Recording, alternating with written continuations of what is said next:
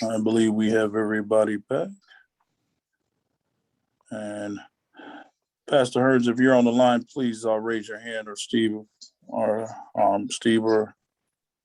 Troy, you recognize him. Unmute him for us, please.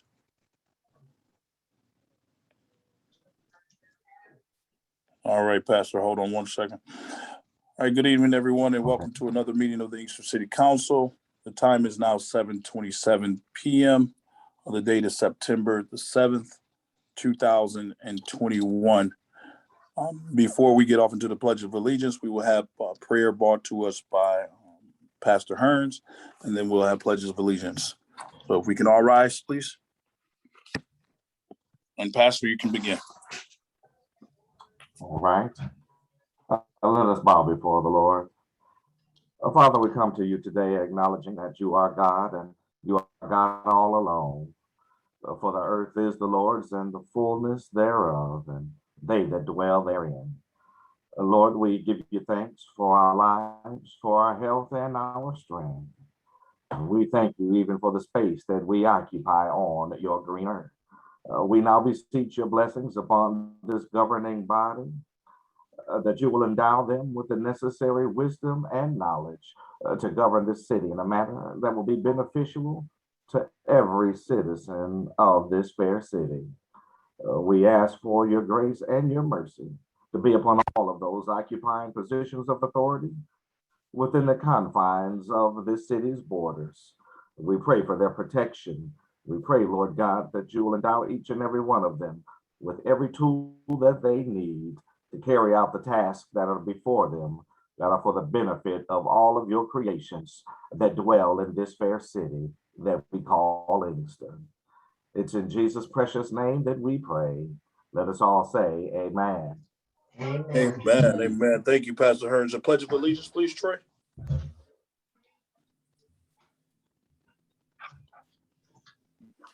I pledge allegiance to the flag of the United States of America and to the republic for which it stands, one nation, under God, indivisible, with liberty and justice for all.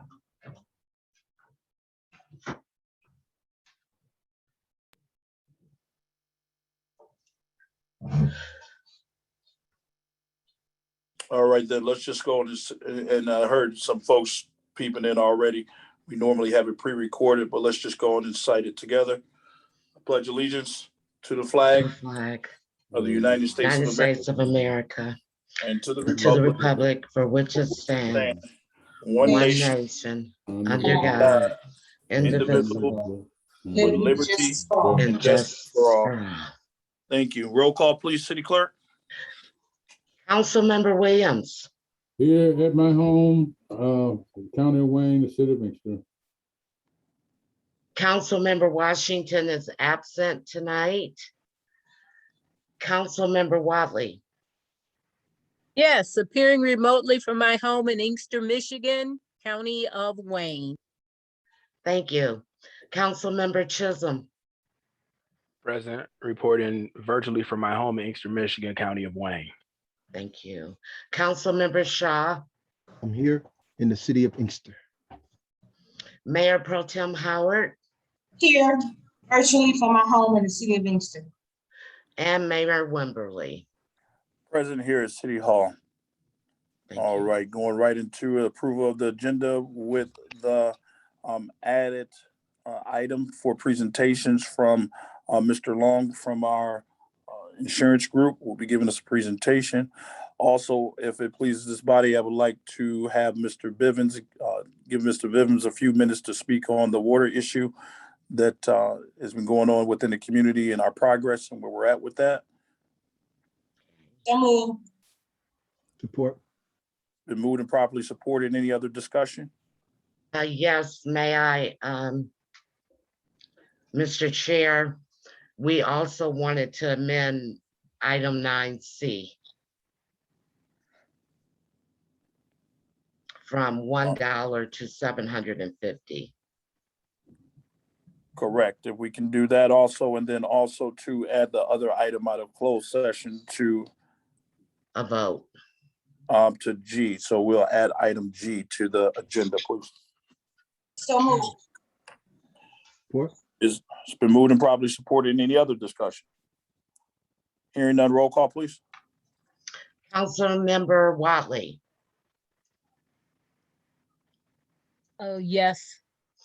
Councilmember Chisholm, Yes. Councilmember Shaw, Yes. Mayor Pro Tem Howard, Yes. Mr. Mayor, you have 5 ayes, no nays. All right, motion carries. Moving right into the agenda for tonight presentation. Mr. Long, are you there? I did see him and Mrs. Green on the line.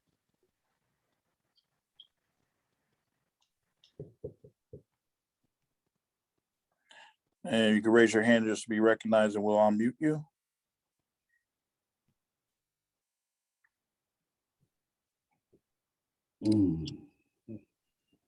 Can you hear me, Mr. Mayor? Yeah, we can hear you now, Mr. Long. Thank you. Go ahead, Mr. Long. You have the floor. Yes. Mr. Mayor, Mayor Pro Tem, Kim Howard, and City Council members, I'm Larry Long from the Long Insurance Services. We are the broker record for the City of Inkster in this property and liability programs. And the subject of tonight is how we develop the general liability policy, the origin of it starting in May, and how we developed the premium that the company offered and the process that we use to get there. Today, I sent you some information on the risk management process, what goes into it, the fact-finding issues, what companies consider important. And also I sent you a timeline of when the process started and how it matured into the September 1st, 2021 renewal. Does anyone have any questions at this time about the information I forward, Mr. Mayor? Mr. Mayor? Yes, go ahead, Councilwoman Watley. Yes, with all due respect to these people, getting something at 5:23 does not lend to us being familiar with it by 6 o'clock. Yep. So questions would have to come at a later date once we've absorbed the information.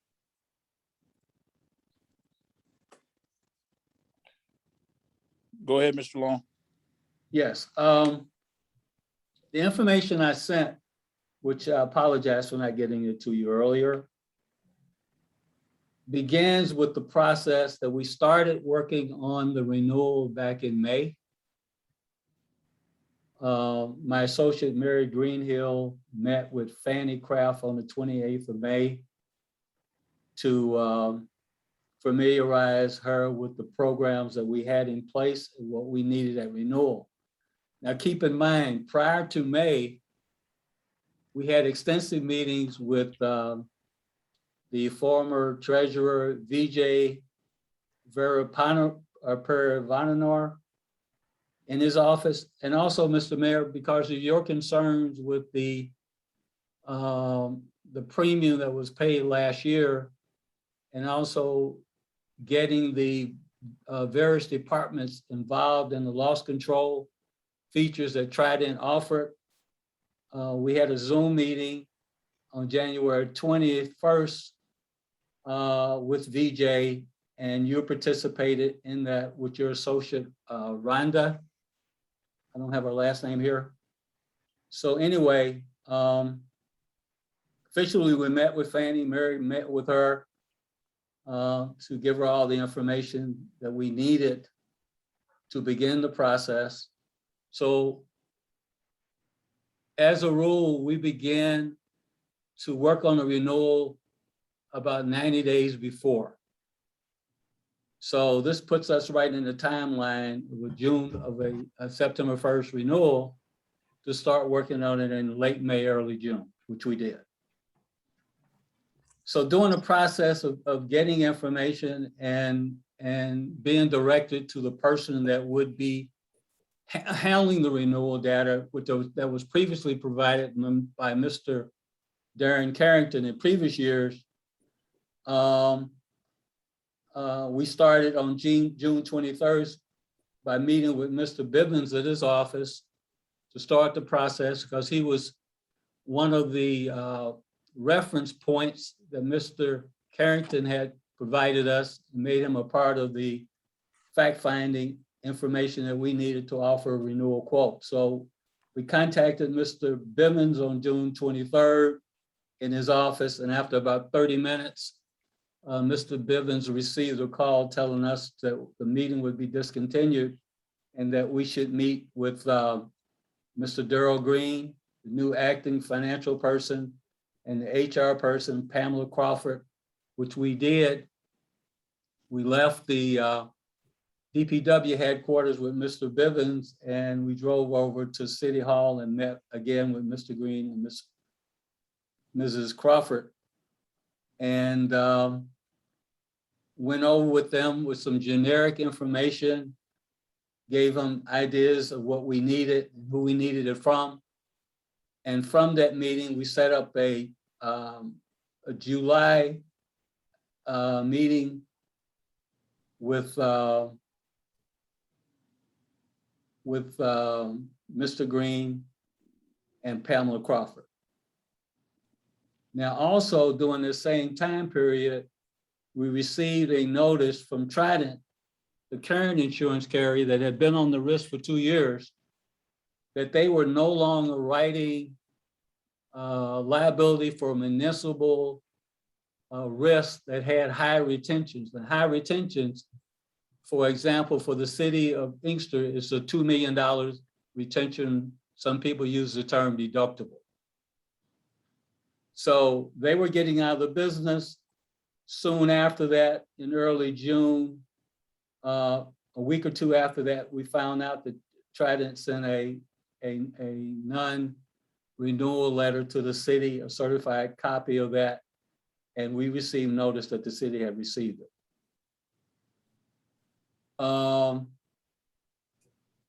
Again, relying back on the 23rd meeting that we had with Mr. Bibbins in his office, the next scheduled meeting that we had scheduled for Mr. Green was July 10th.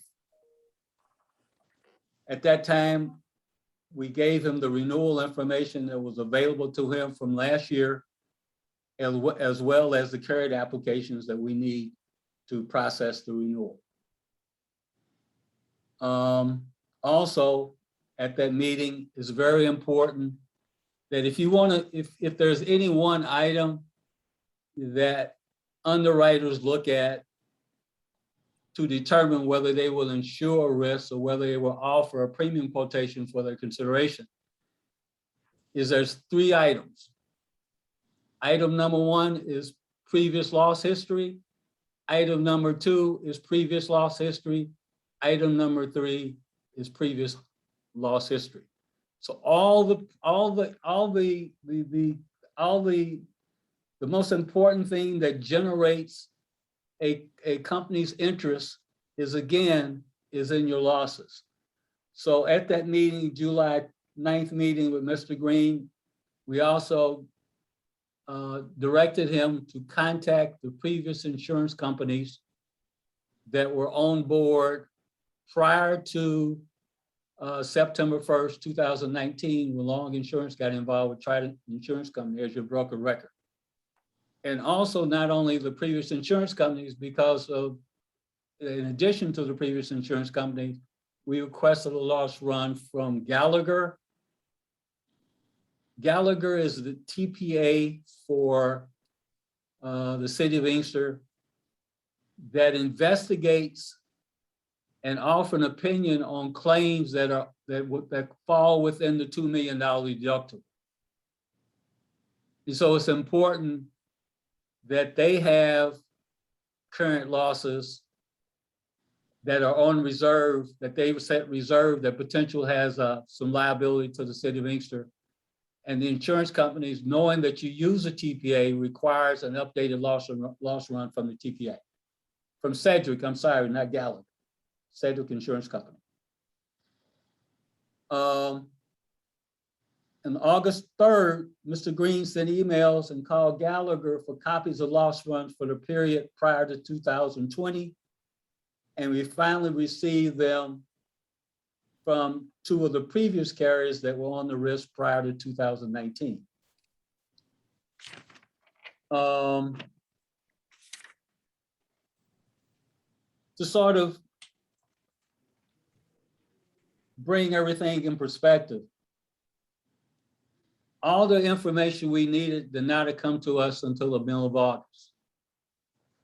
And the loss runs that we received from Sedgwick, the TPA, and the loss runs from the previous insurance companies prior to the first week of August did not show the $8.4 million claim that was settled in late July.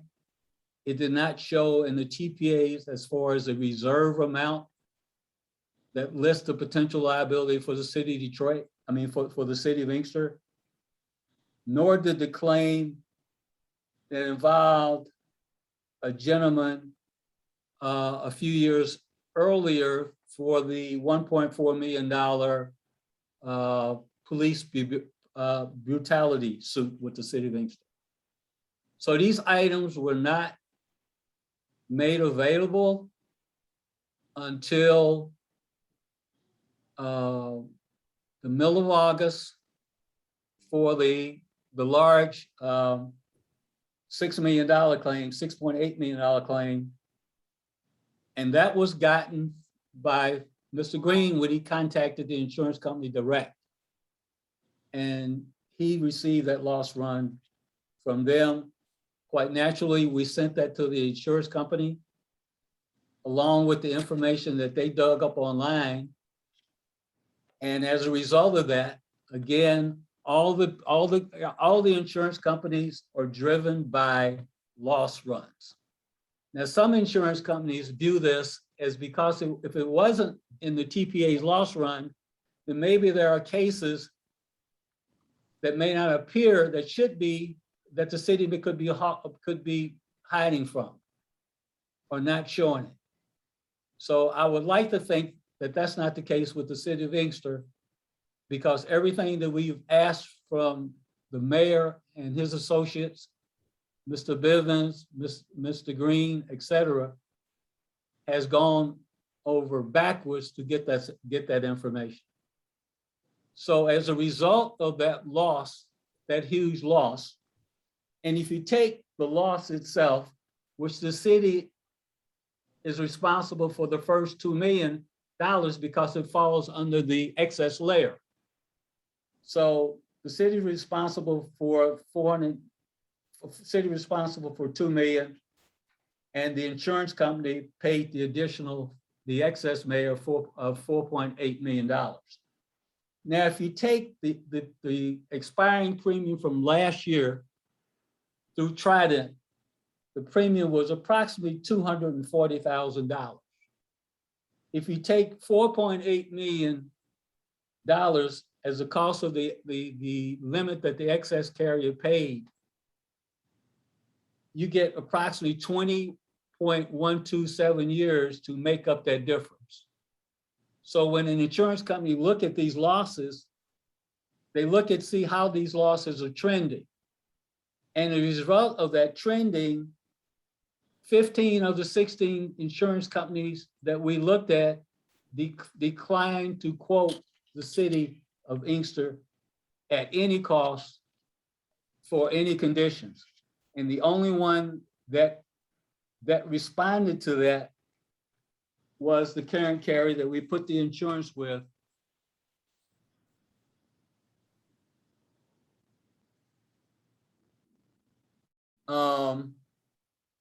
which is Princeton Insurance Company, which is a best rated A+ company, which is the highest rate that one can receive.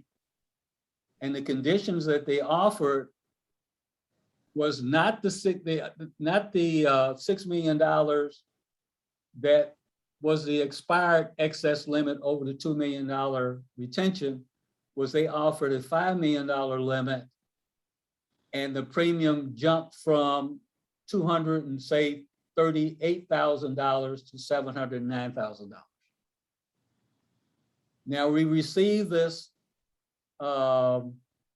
quotation from the carrier on August the 26th. And then on August 27th, we met with Mr. Green in his office with Pamela Crawford on Monday, the following Monday, on August 30th, and presented the presentation that we had sent to him on the previous Friday. And we gave him a list of the options where he could buy, where the city decides if they do not go for decide not to choose the $5 million program, there was an optional $1 million excess over the $2 million self-insured retention, or you could go with $3 million. So it's $1 million, $3 million, and $5 million. And then on the 31st, we were in contact with Mr. Green and Mayor Wimmerly, and they decided to go with the $1 million program that's currently in force. If the city decides at some point in time that they would like to increase this limit, then I'm sure that we could get the company to do that midterm. Now, the only warranty that's in this policy is that the city has to contract with a TPA, a third-party administrator, whether that is with the current carrier now that you currently use, which is Sedgwick. We received a copy of a contract that was dated the early part of the year in January, but we're not sure whether that contract was ever executed or not. Do you know, Mr. Mayor, whether in fact it was or was not executed with Gallagher for their TPA services? No, this is the first time that I'm hearing about that. Okay. So within 30 days from now, we have to have confirmation that the city has contracted with a third-party administrator to handle all of the claims that fall beneath within the $2 million self-insured retention.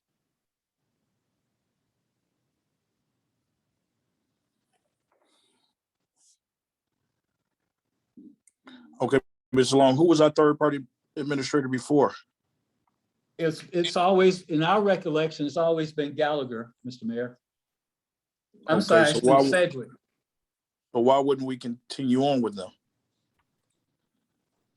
I think that's left up to you and your administration, Mr. Mayor. We just have a copy of the contract, again, that was offered by the TPA, but again, we did not know whether in fact the contract was executed. So, Mr. Long, let me make sure I'm on having a complete understanding, because I thought that you would handle all of that stuff and then present that stuff to us so we can make those decisions as it relates to our insurance stuff. Mr. Mayor, I'm sorry, the TPA that's in question now has been providing services to the city way before we came on board 2 years ago.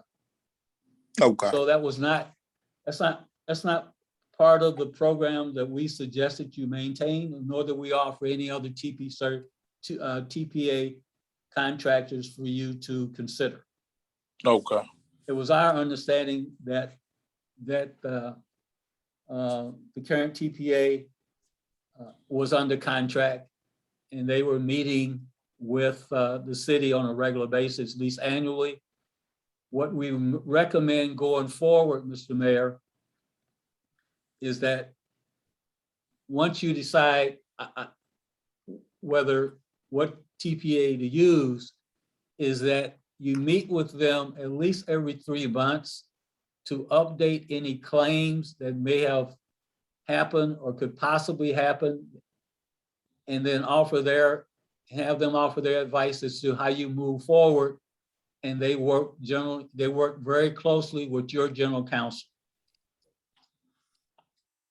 So the TPA would investigate the claim and arrive at a conclusion as to whether they think the claim has merits, and put an additional amount, an amount that where they think this claim could be settled for, or it could be just a nuisance claim that you just watch and see if you receive any information from an attorney or not. But again, they're invaluable.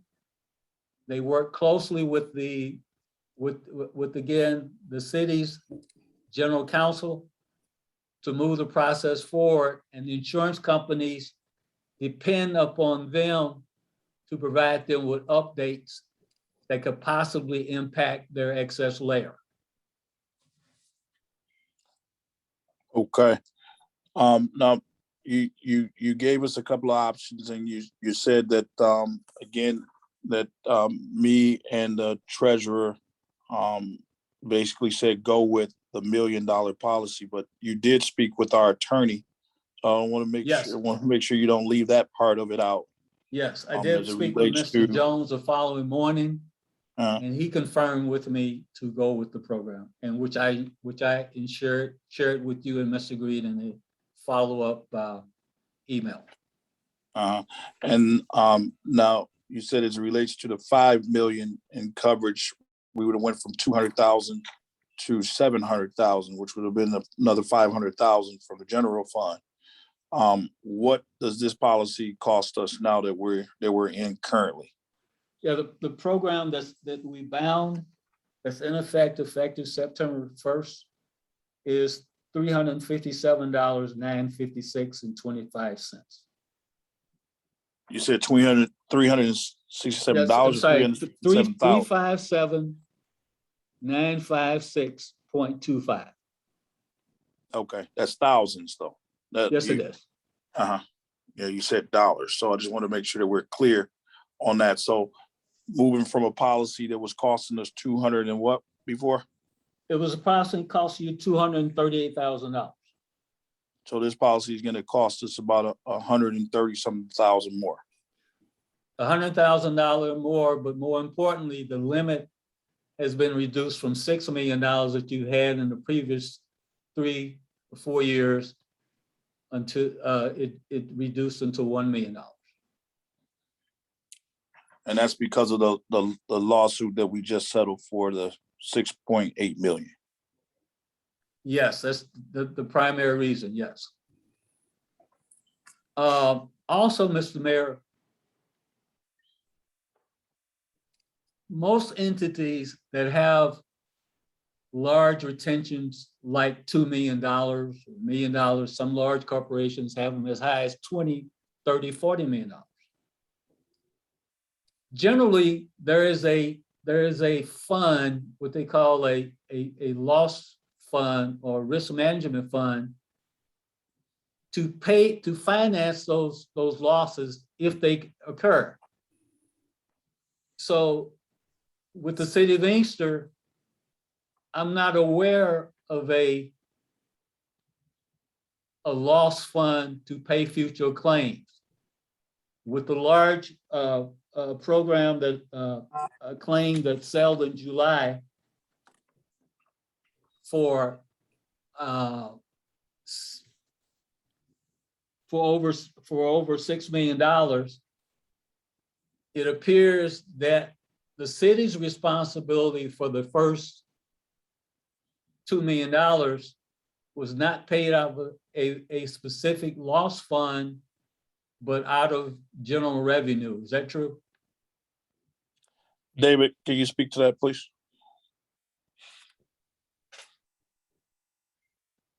David Jones?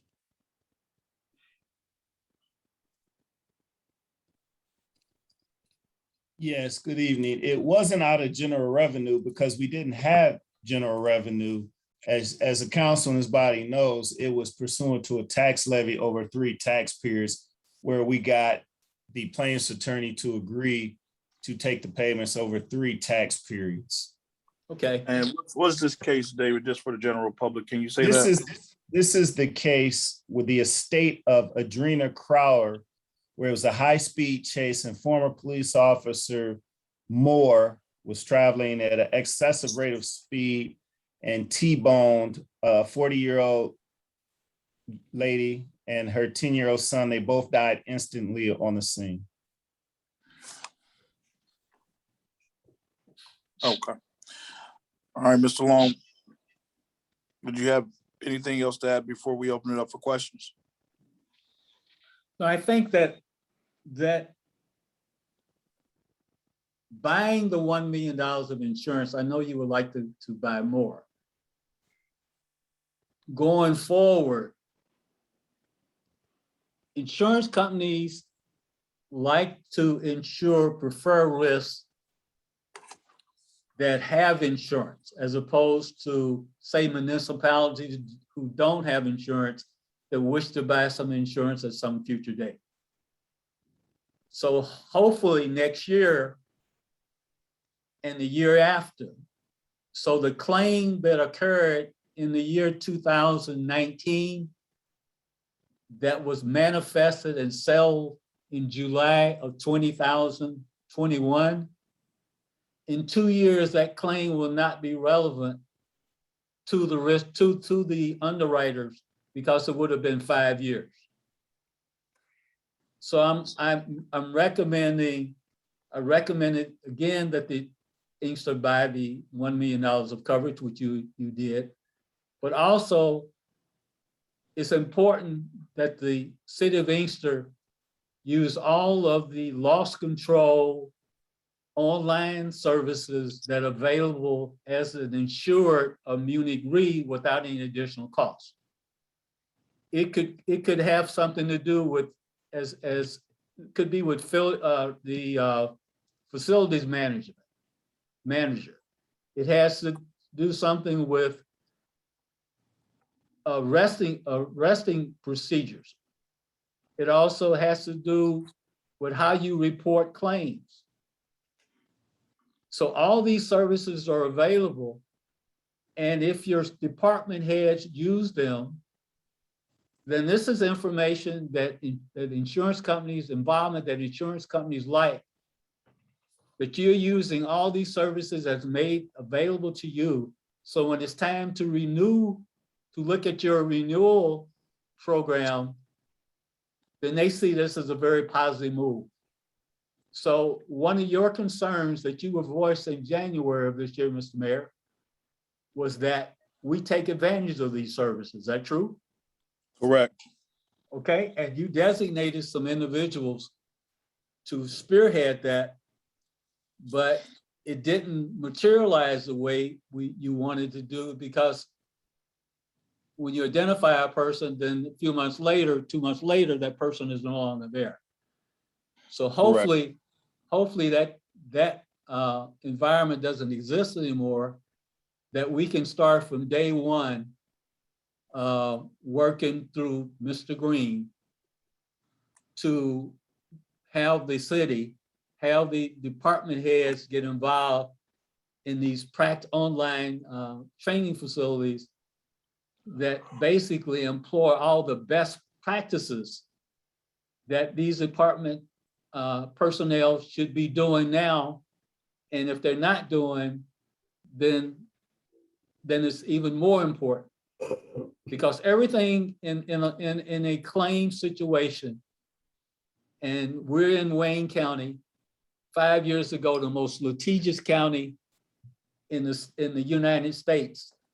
as far as third-party liability claims is that the more documentation that you have in your file and more online training facilities your management team participate in, all that moves you forward and presents you at a better light when the city is being questioned by plaintiff attorneys as to what your procedures are. And I'm sure that Mr. Jones would agree with that. Yeah, I totally agree 100%. And Mr. Green and Ms. Crawford are totally aware. And of course, Mr. Bivens was with his experience. So we definitely are in motion with that. I'm available to answer any questions that you may have, Mr. Mayor, or the city council persons. Questions from the council? Yes. Go ahead, Councilman Chittum. All right, I'm gonna rewind first and go to my question second. I'm just kind of lost how we got here, being that I know insurance talks had began when you all first took office in 2019, and then we fast forward into 2021. And I know I had sent an email at the end of either June or right at the beginning of July because I just heard the programs were about to expire, and so I started inquiring. I was forwarded emails that showed that persons were working on insurance and things of that nature, but then something happened, and I guess the time got a little too close, so nothing changed. Then I'm looking at this timeline, and it's told here that June 21st, 2021, they received notice that the company was pulling out of municipality market, but city council didn't even learn about that until last week.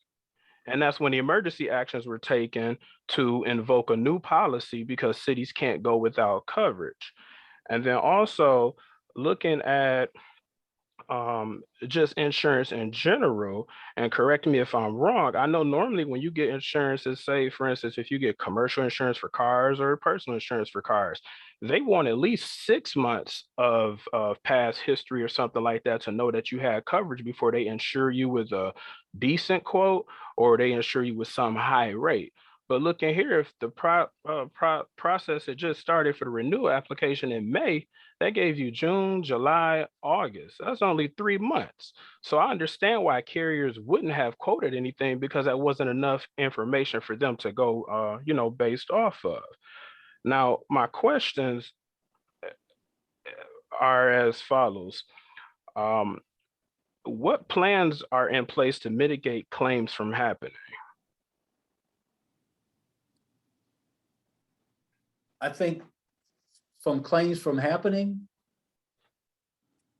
Yes, what plans are in place? I guess, for instance, like with risk management things, if we have an officer involved shooting, and I'm just using that as an example, what preventative measures or steps were taken in place or put in place to mitigate a claim even from sustaining from that? okay, I can't answer that, but I'm assuming that training comes from the city of Inkster with its various department heads.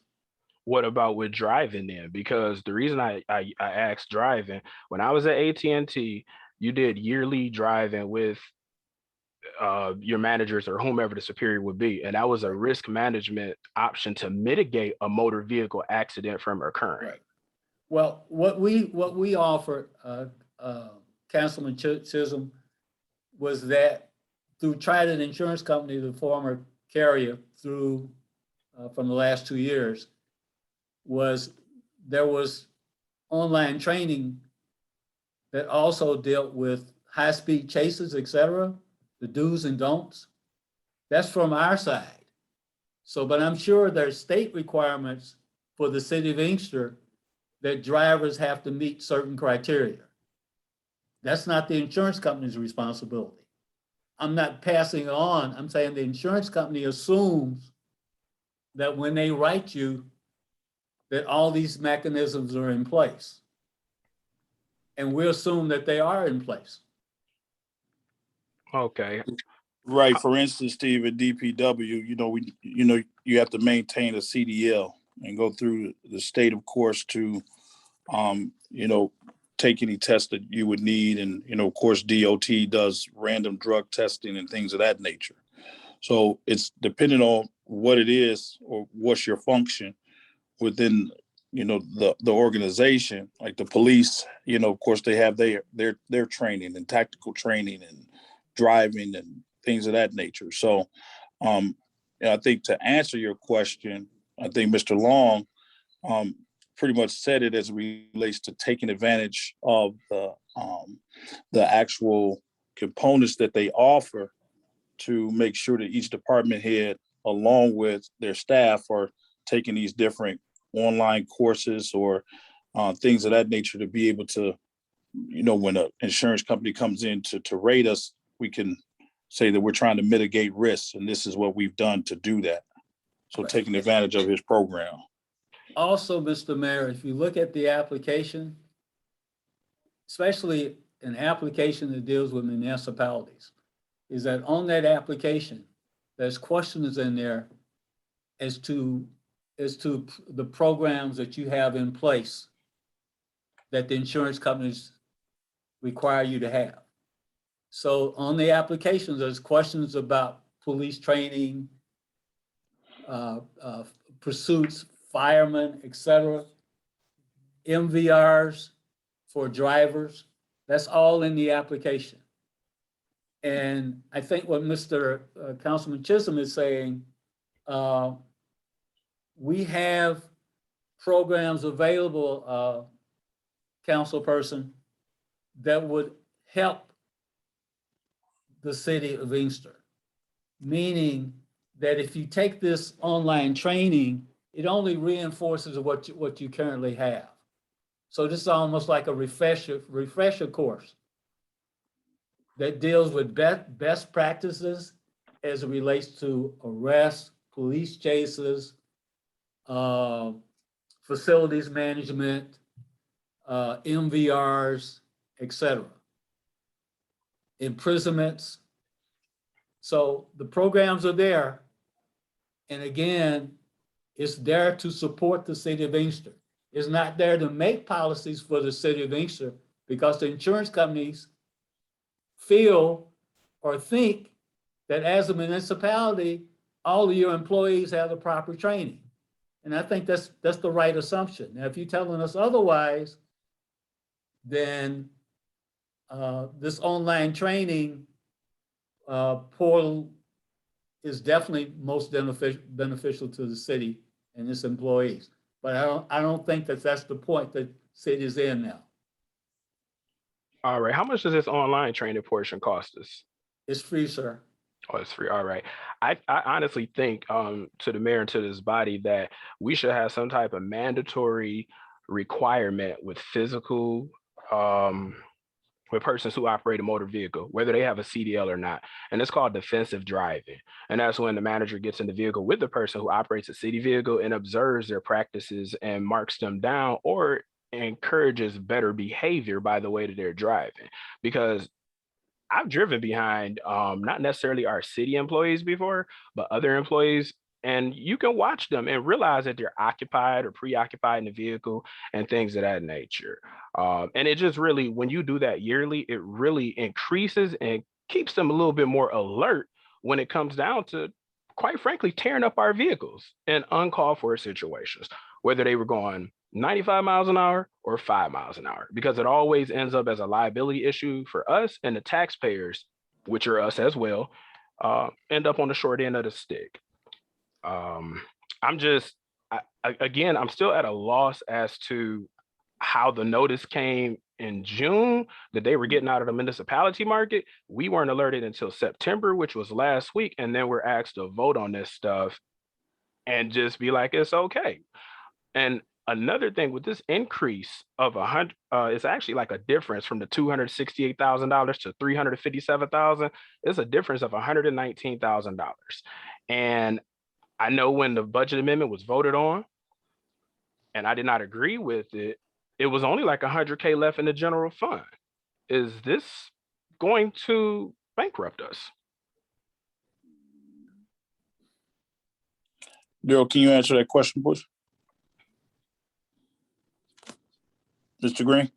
Yes, no, we definitely won't be bankrupt, but I mean, if we would have went with the 700,000, that would have been an issue.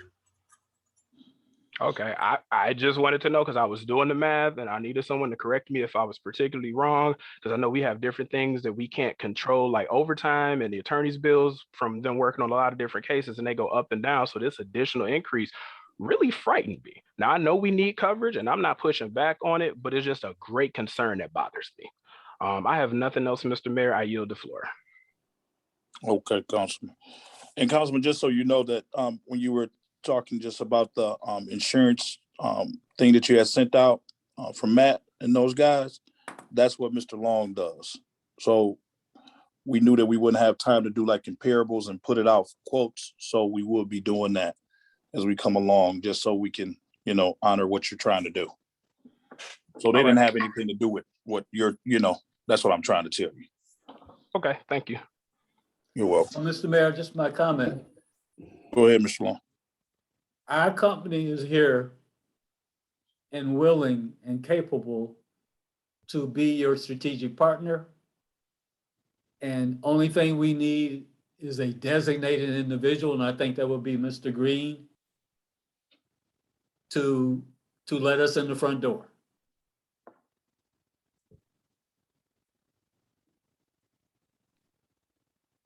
Yeah, Mr. Long, I think that we're definitely doing that. So we just want to make sure that we're all on the same page. As it relates to what the councilman was asking about, is just us, getting better pricing and, overall for, our insurance needs. So it has nothing to do with you direct.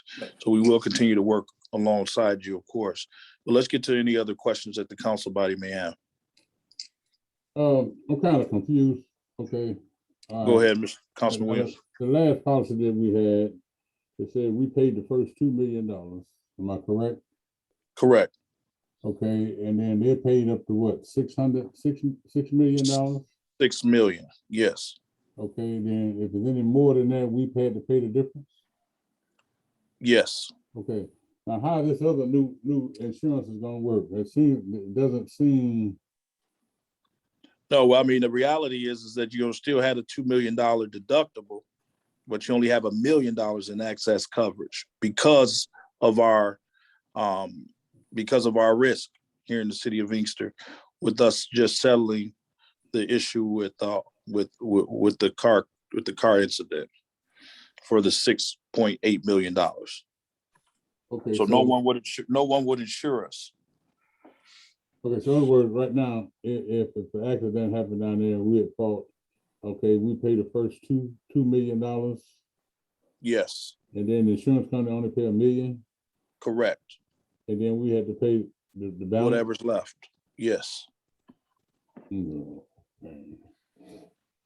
Or we can find another 500,000 in the general fund, or from wherever we can get the money from, to be able to have $5 million in access coverage. So we do have some options. At the same time, we don't have the money. So know that we're looking for the money, but it's we all know where we're at right now as it relates to our financials. We're on the thin line. Now, one more question, Mr. Mayor. The cases that we have in front of us now, are they still under the old insurance company? No, they dropped out of the business. That's why we're having the issue, because the municipal carrier, they just got out of the municipal business all together. So that's why we're having the issue that we are now. And then when we went out to other carriers to, of course, to quote us, they saw our risk and, of course, said no. Mr. And Mayor, Mr. Long has a list of those people as well. Yeah, there were 15 other carriers that we contacted. Give you an example here. One carrier says, okay, we would entertain writing insurance for the city of Inkster only if their self-insured retention reached $20 million. So that was from Westchester Chubb Insurance Company, which is one of the major companies in the world. So again, we're with a good company now. We're not at the limit that the city would prefer to have. But you do have some coverage. It's at $1 million. And if we can get the city involved in using this online service that's offered by Munich Re, I'll be willing to say that this premium is going to be less next year. And that's exactly what we're going to do, Mr. Paul. Okay, one clarification. We're going to be paying $300,000 for $1 million coverage.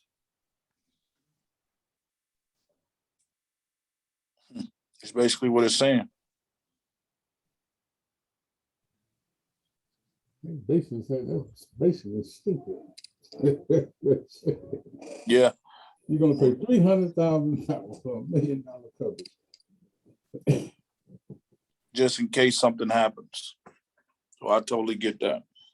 So if you use it, Councilman, if you look at the number, and again, earlier, I sort of, took you to how this premium developed, way it did. So if you look at the expiring premium of $238,000, and you look at the excess layer that was paid for $4.8 million, and you divide $238,000 into $4.8 million, and if the insurance company were to stay on the risk at that same premium, it would take them 20 years to recoup that loss, but assuming that you don't have any losses. So the history is that it's going to be, let's hope that over the next 5 or 10 years, you don't have any losses.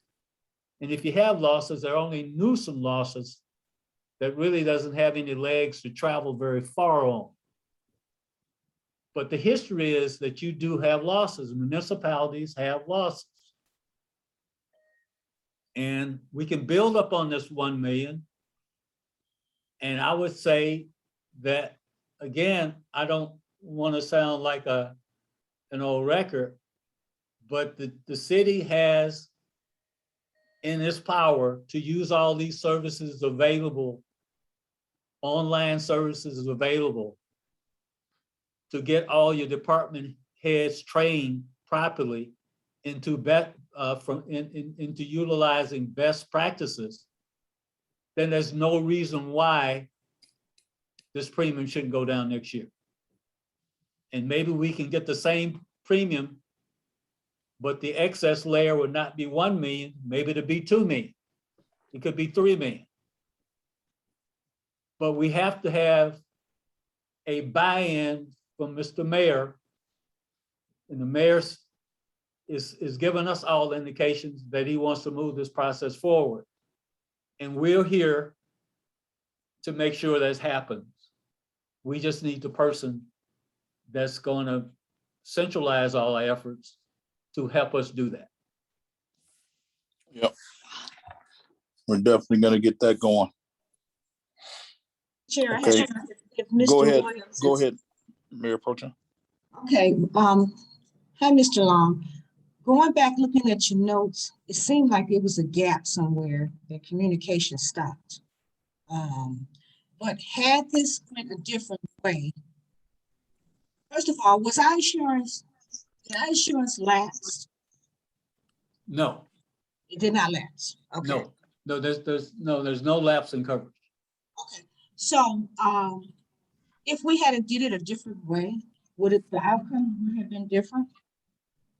Could you repeat yourself again? If we could have done this a different way with communication and giving you the proper documents that you needed, and could this have gone a different way? Because I know you just said that some of our losses was not included. I think, well, I know for a fact that if the losses, whether they were losses that were paid and been settled, claims that have been paid or settled, or claims that were documented with a reserve, where the TPA sets a reserve, works closely with your general counsel. If that information was there, it would not have hurt your case. It may have made your case better, Okay, but it definitely would not have hurt your case. okay. Now, I've been on council for, this is my third term, and through different administrations, this was always that we need to do something to prevent things from happening, and stuff was never done. But in the event of a risk management, we do not have one. On the second hand, the city attorney was to fill in. And it sounds like he didn't even know what was going on until at the last minute when he called all of us. So in the event of people that, going forward, I would like this body to include our city attorney in all talk, because they are here to represent us. And if you don't tell them what's going on, they don't know. So I would like this body, when you say you need a general person to talk to, I would like it to be the treasurer and city attorney. So that way he can be looking out for our interests. Because some things they may not know that the city attorney can find out to help you. And on this TPA, I'm not sure how that wasn't acquired or we wasn't doing anything. I'm not sure.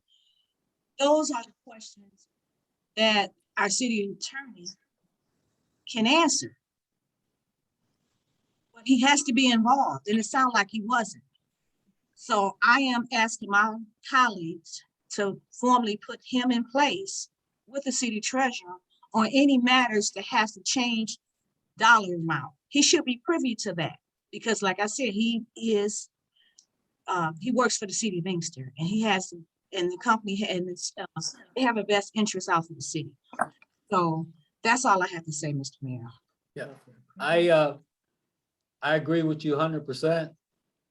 The more people, if the message that should be out there is presented loud and clear to the people that should know what's going on, then we don't have any problems at all with the mayor telling us that this individual should be copied on all communications. Yeah, and that works for me because again, I got David involved right away when you told me what was going on, Mr. Long. So that's not an issue for me. Right. So all right, let's move on. Let's move on, Mr. Long. Any other questions from council? And then of course, Mr. Long has provided all of his information to each one of the members of council, so you can talk with him directly. Mr. Chair, I just have two questions real quickly. Please go ahead. In the best practice form, now when we talked about the TTA, I think SITWIC, now can we go out and shop for quotes with that third party? I know we have to have a third party, but can we go out for quotes for that third party and find out if we can possibly save any dollars for any quotes there? And that's something that I need to do some research on because Mr. Long said that Segway has been here before he was here. So I know that the prior administration brought him in 2019. But before then, Segway was here. And I know that we've had some losses. So I would yield to David, to Mr. Jones. Do you know anything about that? Yes, Mayor. Sedgwick has a wholly owned subsidiary called Vericlaim. And I can't explain why Vericlaim wouldn't have notified of our losses, because every time a new lawsuit comes in, we place Vericlaim on notice, and they've gotten involved. They were involved in the case of the police fatality accident. And, they would ask for updates. We send them the complaint as well as a synopsis of the complaint. And in that particular case, as the process played out, they would ask for more updates. And, I have email verification that shows that we updated them all along. So why it wasn't in our loss runs, I can't speak. I can't speak to it. What I don't know is how much we paid Vericlaim to act as our third party TPA. I think Member Chisholm brings up a great point. If we might want to see if there's some dollars we can save in using a different TPA. But we always notified Shaw, just for clarification. I'm sorry. Shaw that was just speaking. Yeah, that's But what I meant. I'm sorry. yeah, on top of that too, David, as it relates to the folks from Segway, that's nothing that the administration or Mr. Green or even yourself would have been. No, They should have actually had this information, correct? we've always, as long as I've been dealing with the city, it was always Vericlaim. And there's a person by the name of Jeff Manson who was replaced. He stopped responding to emails, and I subsequently found out that he was replaced by someone else, and we start sending the emails to someone else at Vericlaim. But that's the only TPA I've ever affiliated with, communicated with the city. And then they would in turn send those lost runs to the insurance company, correct? Yeah, they were in contact. That's their job. Yes. Now, Okay. also in the same vein as that, you know, is there any violations of their contract for not even doing something like that? I mean, do we, can we go after them for not providing that type of information? Because it seemed like it kind of set us back a little ways. In all reality, Member Shaw, I don't believe it set us back. I think as Mr. Long indicated, there are three things that affect your premium. And I understand Your that. I'm just saying losses, your losses, and your losses. Yeah. And I think once it was found out that we had losses, our premium shot sky high. So the fact that they weren't aware of our losses may have aided us in having the premium we had previously. So yeah, and I I don't understand think we need to go up that tree. Yeah, I understand that. I get it. I get it. It was, you know, something that, you know, if they did it violate, you know, the contract that they have.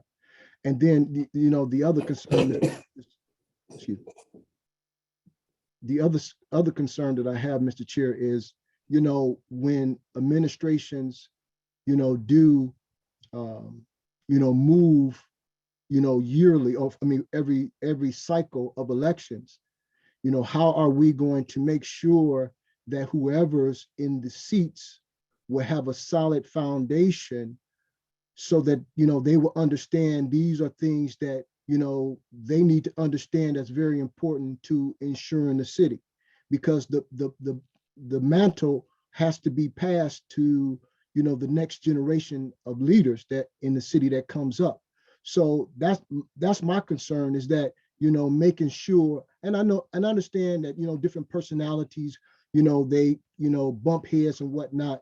We have to make sure that we, you know, we pass the mantle and the other things that goes along with the mantle, you know, so that these people will have that solid foundation, whether it's in the book, it's in writing, it's by policy, you know, they have to have that information, because, you know, you know, from moving into administration that, you know, at the beginning, you didn't have a whole lot of information, and you had to, you know, go through things and figure out things and find out things.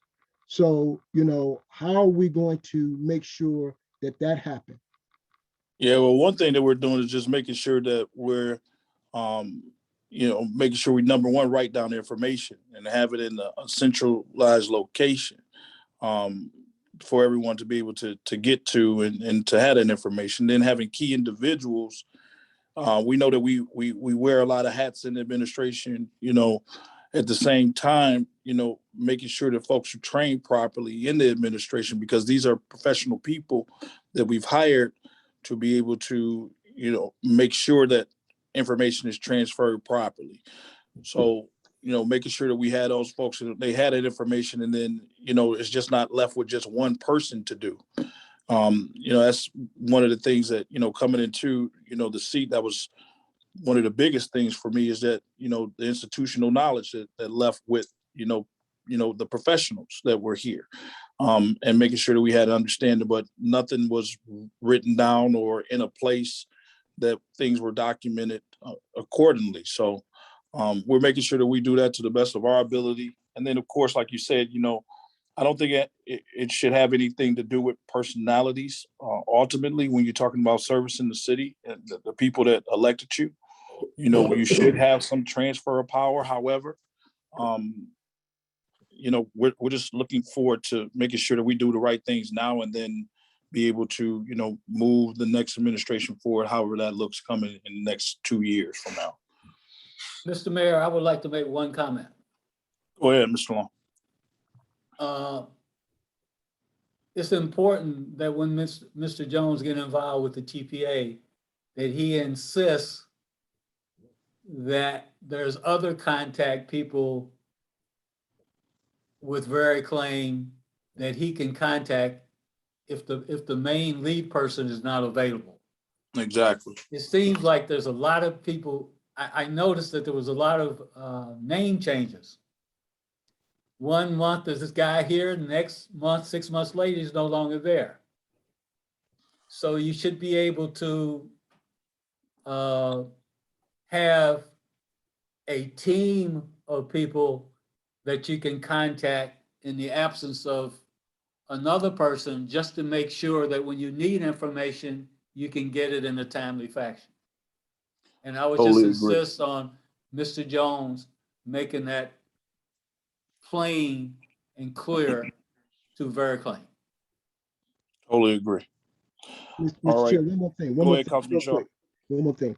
With the information concerning the tools that they have to move our department heads forward, are you going to, have a checklist, that they are able to check off, or some kind of verification that they are following, this protocol? Or is it going to be a certain type of link that you're going to have to your computer where you can see maybe every 3 months or every 6 months that this process is actually happening? Or is the HR manager is going to have this within her policy book to make sure that all department heads follow it, and then there's a check and balance there? Right, and that's exactly where we would start from. We would start from HR and working with Pam to make sure that we develop that with Mr. Green. I'm sorry, with Mr. Green, our treasurer, also Mrs. Green from Long Insurance, and Mr. Long, to make sure that we are checking the boxes as it relates to, people getting training and things of that nature, because we know that we have to do this. This is essential to the bottom line of the community and, of course, our insurance policy. So it's something that we're definitely going to make happen and then monitor.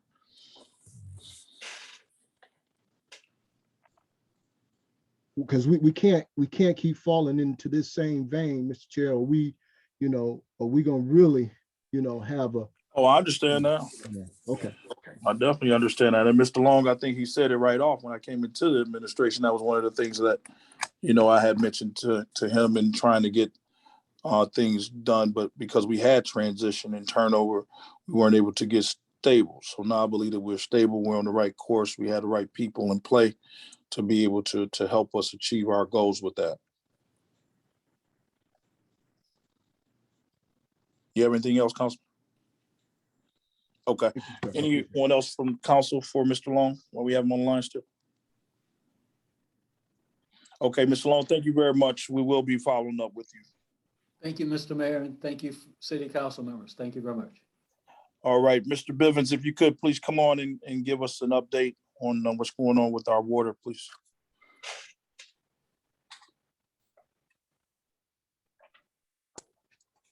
Good evening, Mayor and Council and viewing audience. The mayor has asked me to come on and just share with the public. Council, you are aware of what's been going on, so I'll share with the public. A week ago Tuesday, we began to experience pressure loss on the south side of Inkster, southeast and southwest section of the city. So we began, and this internally in our department, we started looking for leaks, because normally when you start experiencing pressure loss, that tends to lead to a water main break or a leak somewhere. So we began to look. Later on in that week, around Thursday, it was brought to my attention from Great Lakes Water Authority and my engineers that we started to testing pressure. So when we started testing pressure around the city, we cracked fire hydrants open and we put pressure gauges on them to monitor the pressure in the city. When we began to do that, we noticed that the Southeast was maintaining at the bare minimum, which was 20 PSI, pounds of pressure, which is sufficient by state regulatory. When we got over to the Southwest section close to Farnham and cross Middle Belt in that area in Burns, we noticed that the pressure dropped to 17 to 18, somewhere 19 PSI. Under state regulatory statute, which I'm governed by, when you drop below 20 PSI, I must put out a boil water alert. So last Saturday, I came into the office, I informed the mayor, and me and my assistant, Ms. Joyce, began to craft a boil water alert along with our engineering firm, Alphabet Niche. So the process with a boil water alert, you need to understand. When I go that route, I have to notify Great Lakes Water Authority. I have to contact Wayne County Health Department, and I have to call Eagles Hotline, because now I'm stepping into regulatory issues and I have to notify them that there could be some contamination in our water because of low pressure. So I began that process and I put out the boil water alert. When I put out that boil water alert, if you read it, it said we did not know at the time specifically, because when you put out a boil water alert, you put it out for so many days because you know that you have a major water main break and you're in the process of repairing it. We did not know that at the time. We were still searching, and we kept on searching till Tuesday, late Tuesday. We came across a leak because we were going around popping manholes throughout the city, because this leak could have been anywhere. Even though we were losing pressure on the south side, this leak could have been anywhere. We began popping manholes. My staff and I had Benish out here with a correlator sounding the ground to see if they could trace the leak. My department, we popped the manhole at Inkster Road in Annapolis. And when we lifted that manhole, it was gushing, flowing like a river. So we automatically reached out to Benish and had them come out and sound that leak. We found it. It was in the middle of Inkster Road. So we isolated that. We were able to isolate that section off because no houses were tied into that section. We contacted our contractor because that leak was bigger than my department could handle. We got a contractor on site Wednesday afternoon. They came out on Wednesday. They opened up. Once they opened up Inkster Road, I came up there along with my sisters and some of my staff to see what was going on. We discovered that Inkster Road had been washed out. It was an accident waiting to happen. When I say washed out, there was nothing underneath that pavement but the pavement itself. That's how bad the water main break was. So our contractors stayed out there all night Wednesday, finished about 2 a.m. Thursday morning, had it repaired. Informed the mayor what was going on, kept him informed, sending pictures, kept him informed, kept you council informed. You know, you were getting daily emails from my engineers, which I had to send to Great Lakes, and I had to send to Eagle, Tiffany, who's our regional director for this region. So I had to continue the boil water alert. And if you read it, it says I must have 2 back T tests within a 48-hour period. Okay, given we run into the holiday, people were shutting down and closing. I were able to do the first back T test today because we had to flush our hydrants, get all the rust and dirty water, all that out the system. So we made sure we passed this back T test. We did the first one today. I'm going to do the second one. Gleewood's going to come out tomorrow and do the second one. And if all else goes right, I will be able to lift that boil water.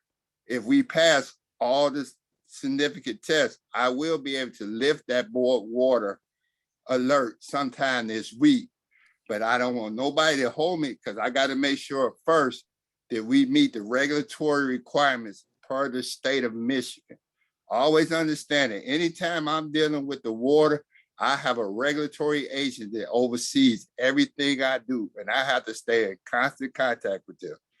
So some of the residents have come up to my office, and I heard from the mayor and some of the council, they didn't see the boil water alert. So what we did, when we sent the update out today, we called all 3 news stations, and they all 3 said, yes, we got it. I can't tell you when they're going to run it. Channel 4 told us it would be on their website. They didn't give me a time they was going to run it. Channel 7 told me the same thing. And Channel 2, I had Miss Joyce reach out. She got names and phone numbers. So we know from now, even if we put out a snow emergency, we know the people to contact to make sure it's getting to them. On the follow-up, I think Councilman Chisholm sent out an email last week about the robocall. I'm all for that, because if I could have sat on the phone and called, because what people have to realize, some of my residents said, well, why you didn't go to door? I had that discussion with the mayor, and I told him, and the mayor agreed with me. You're talking about 10% of this city. So you're talking over 3,000 homes, including Inkster housing, that I would have had to go door to door. I don't have the manpower to do that. And that would have taken, I'd still be doing that to this day, passing out notices. So I did what I felt was best in doing for the city. And I always was in constant contact with the state. I told them the same thing. I'd have had the manpower to go door to door. So I did everything I felt was in good faith for the city. And I know I got a lot of criticism and a lot of complaints over what I did, but I chose the options that I thought was best for the city. So I'll entertain any questions or concerns right now. And like I said, I agree with Councilman Chisholm. We do need to set up a robocall. Now let me just say this, Mr. Bivens. First of all, you did an excellent job, you and your staff. Just because I know how shorthanded you are, and I know that you guys are doing all roles. People don't realize that you guys are a team of many things that you do within the community, that you're trying to keep up with the grass cutting. You're trying to keep up with people dumping things, with board ups, with cleanups, and the water. So, and our buildings and our vehicles. So you got a lot on your plate. However, we're here to help, but we know that the bottom line is money. So we know that it would cost us to actually formulate the information and then get it out door to door in an emergency situation. Is it money within your budget to do stuff like that? If we need No, to? sir. No, sir. We right now, let me give you an example. Let me give you what actually we lost anywhere from 900 to 2 million gallons a day on this water main leak. It's going to be forgiven because it's a water main leak. But if we had to pay that, I wouldn't have a budget. I wouldn't have a budget right now. That 6.6 million surplus I had would be gone. So that's what I'm saying. I agree with Chisholm, Councilman Chisholm, on the robocall. And this robocall costs too, though. So that's what I'm asking.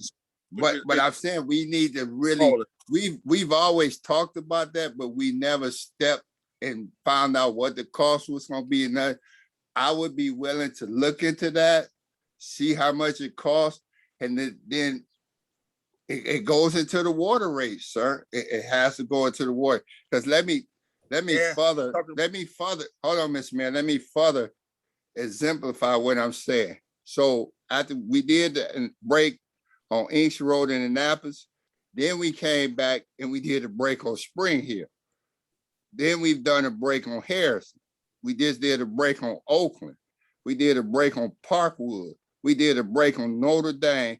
We got one on Hazelwood, Glenwood, and we got one on Hickory up in a vacant lot that we got to up into an abandoned lot that we got to go up into and find. This has been in the last week after we did the Inkster Road break. These all came after that. So I understand financially, but we do have to invest in a better way of communicating to our residents. I do agree with that, because we have elderly people in Inkster that are not tech savvy. They don't have all the latest technology, and we have residents that do not watch the news. So if you see it during the campaign, People have robocalls. We all get bombarded with robocalls. So I agree with Councilman Chisholm. If we can look into that, and then we can look for grant funding or something to get, we actually need that. In this day and age, we do, because I could not have gotten all that information out to these residents, 10% of the city, in this short period of time. People would have not known about the boil water alert. Mr. Bivens. Yeah. Only, go Mr. ahead. Bivens. Hold on, Mr. Mayor. Mr. Go ahead. Bivens. You ain't agreeing on the way that I handled it on my district. Yes, you did, sir. Yes. Everybody It wasn't no robocall, it was footwork. right. Hey, Councilman Williams. Yes, you did help me out. I'm not taking that away from you. No, sir, but Well, I just don't want you to sit up there talking about some robocalling when we put footworks together. you're talking about All of it. talking about 4,000 or 5,000 houses, Mr. I mean, nobody. I mean, even if I got all the auxiliary of police in my home, we wouldn't have made that. No, We couldn't have did that in one day. I was told that the alert was from Inkster Road to Henry Ruff, Annapolis to Michigan. That's most of the majority. That's my area. Okay, so that's what we went to working on. The mayor even helped me. The mayor did what they call it. What you call it, Mr. Mayor? What you do? Talk with the mayor. That's no correction, Councilman Williams, but that's you and Councilwoman Watley's area. Well, I do. You have to do what you have to do. You said from Inkster Road to Henry Ruff, so we had to alert the people. Right. And it turned out nice. I mean, you got a few complaints, but you didn't get the complaint that you should have got. Oh, you don't think I did? Yeah, but you need to talk to my staff. That's what you need. A lot of that. Yeah, well, let me say this, because of course we want to continue on now. Mr. Bivens, we need to let the people know when they can come off the boil water alert. So we know that you had a test go out today, which is going to take 24 hours to come back, but you have to have 2 successful tests. So right. Ideally, what you thinking? Friday, Monday? What are we thinking? Friday or Monday, I will have out the notices. It will be, if everything goes well, I will lift the boil water note, and I will go the same route I went with the boil water notice. It will go to the media. It will go into all our social events, and I will distribute it to mayor and council. Now, let me ask you this with these other main breaks. I mean, because this is the first time, I mean, I done been on council before, and it's hearing, just all the main breaks that you're dealing with. We know that number one is infrastructure, is just what it is, 50-year-old infrastructure in the ground. At the same time, is it because you fixed this particular situation? Because a lot of people have told me that their pressure has been better than they've had since they can remember. Is it Mr. Mayor, and I would agree with that, because guess what? When you have a water main break that's running underground and into another catch basin that never surfaces, I can't even tell you how long it was running. It ran to the point it dropped our pressure. It could have been running the beginning of this year. It could have been running last year. It got to the point where it started to affect our pressure. So I can't gauge how long it had been running, but the hole was a nice size. So I sent you the pictures. So it was very nice hole in that pipe. Yeah. Like I said, the road washed out. The only thing was holding that road up was the road itself. So that means a couple more trucks came across Inkster Road and Annapolis, we would have had a very serious problem, maybe some life loss. So I applauded my staff for finding that in a timely manner, because I gave them 48 hours to find this leak. I told Mr. Davis, we got 48 hours to find this leak, and we went to work. Yeah, you guys did. All right, any questions, comments for Mr. Bivens from council? All right, thank you, Mr. One thing I do have to say, when they quit crying, he'll find out how to fix the problem. All right, thank you, Mr. Bivens. Thank you, Councilman Williams. All right. Thank you, Mr. Mayor. Thank you, Councilman Williams. You my favorite. All right, agenda. Consent agenda.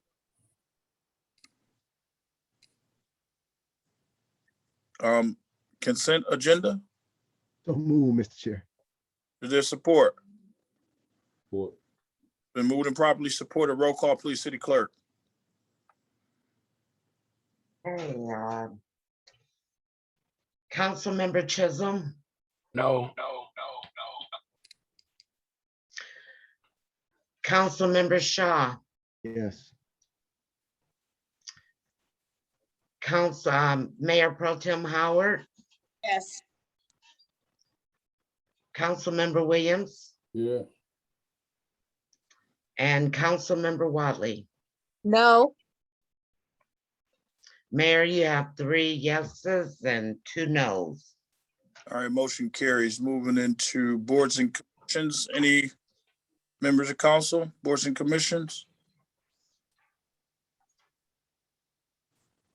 All right, moving on. New business, City Clerk. So 9A is to approve the sale of 4 separate vacant parcels located on the north side of Cherry Street between Hickory Street and Ash for additional storage next to property previously purchased from the city. And the amount of the properties in total is $2,000, and the sale would be to Anthony Paisley. So move, Mr. Chairman. Is there support? Is there support? There's support. Can you hear me? Can you hear me? Yeah, I can hear Yes. you. Okay. Support by Mayor Pro Tem Howard. Discussion. Hearing none, roll call, please, City Clerk. Councilmember Shaw, Yes. Councilmember Williams, Yes. Councilmember Watley, Yes. Councilmember Chisholm, Yes. and Mayor Pro Tem Howard. Yes. That's 5 yeas. Motion carries. Item 9B is to approve the sale of 2 separate vacant parcels located on the east side of Hickory Street between Beach and Chestnut in the amount of $1,000 to Will Arabi, Progressive Real Estate. The parcels are adjacent to property previously purchased from the city. what's your pleasure? So move. There's support. Support. Been moved and properly supported. Did you catch the support, City I Clerk? did, thank you. All right. Any discussion? I guess, Mr. Mayor, I have questions on these properties that's being sold. Is there any way possible that they can keep this in a different location, separate, so we can get updates on what's going on with it, or have they done anything? And this is, you're talking about, Because we don't know when this closes unless we hold them out ourselves and then we go around and look. We need to have like updates on what these people are doing with their properties and, you're talking about you on know, vacant give us a like. property or properties that's Well, going? right. I mean, yes.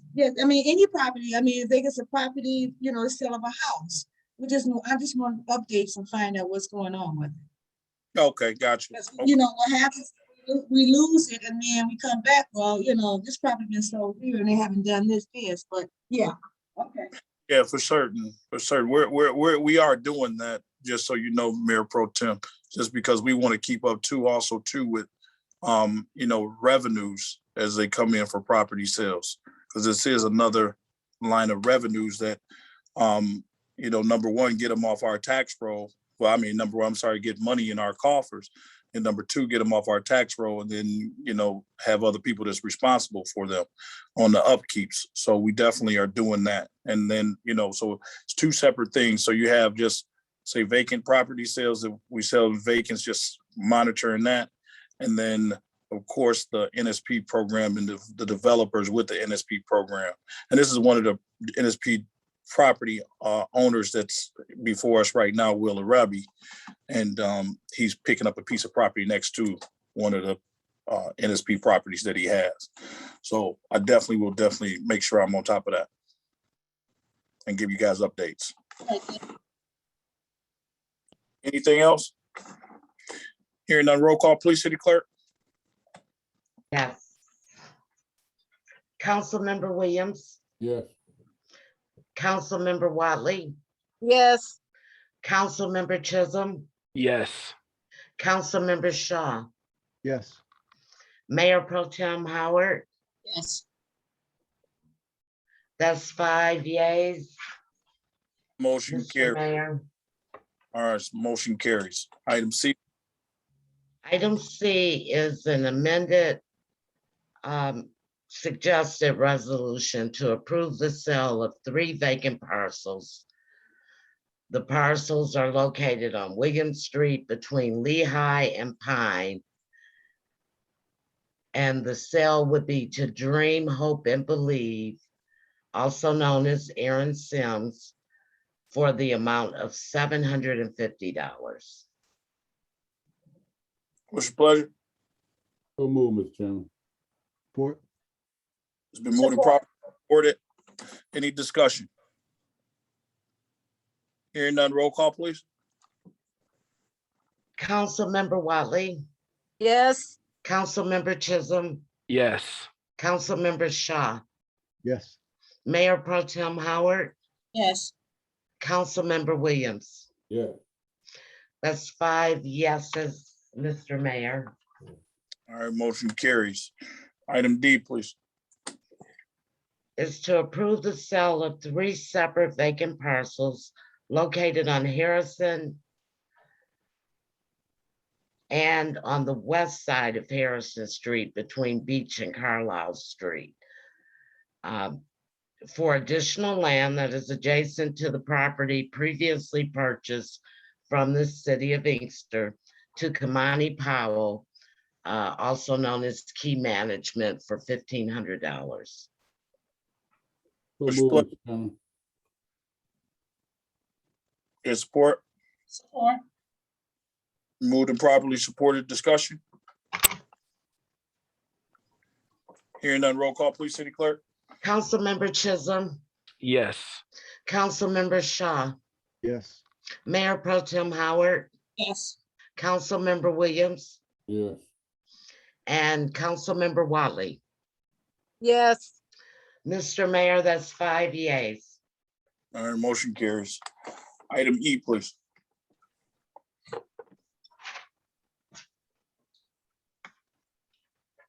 That's also for approval of 1 offer to purchase 6 vacant adjacent lots located on the north side of Cherry Street between Ash and Walnut, in the amount of $3,500 to Sean Wimberly, also known as SCW LLC. So move, Mr. Chairman. Is there support? Support. Properly moved and supported. Discussion? Hearing none, roll call, please. Mayor Pro Tem Howard, Yes. Councilmember Williams, Yes. Councilmember Watley,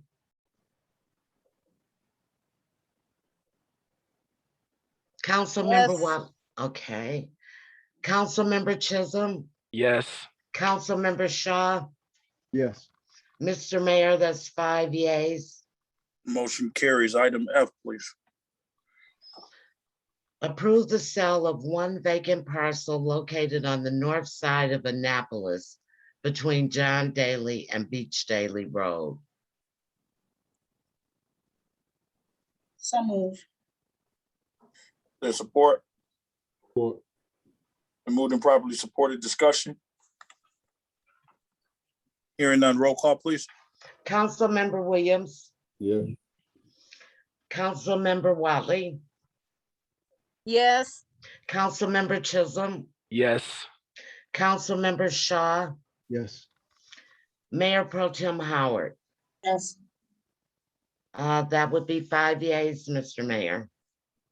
All right, motion carries. All right, item G, please. Item G was a closed session action. Give me 1 second to. So it was a closed action section, and the motion is to adopt the recommendation of the city attorney for a timely filing in the matter of Shabazz versus the city of Inkster with the Sixth Circuit Court of Appeals. So move, Mr. Chairman. Mayor Pro Tem moved it. Williams, will you support that? Support. Been moved and properly supported. Roll call, please. Yes.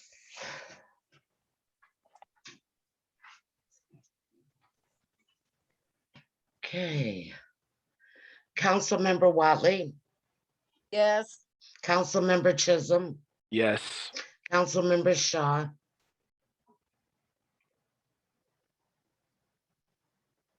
Councilmember Shaw, you would need to unmute. I'm sorry. Yes. Yes, Madam Clerk. Mayor Pro Tem Howard Yes. and Councilmember Williams. Yes. That would be 5 yeas, Mr. Mayor. And motion carries. Going into public participation, this is the time that the general public will be allowed to address this body. The limit is 1 minute. 1 minute. We ask that you state your name for the record and state your comments respectfully to the body. Councilman Chisholm, if you could please give them the instructions to be able to chime in.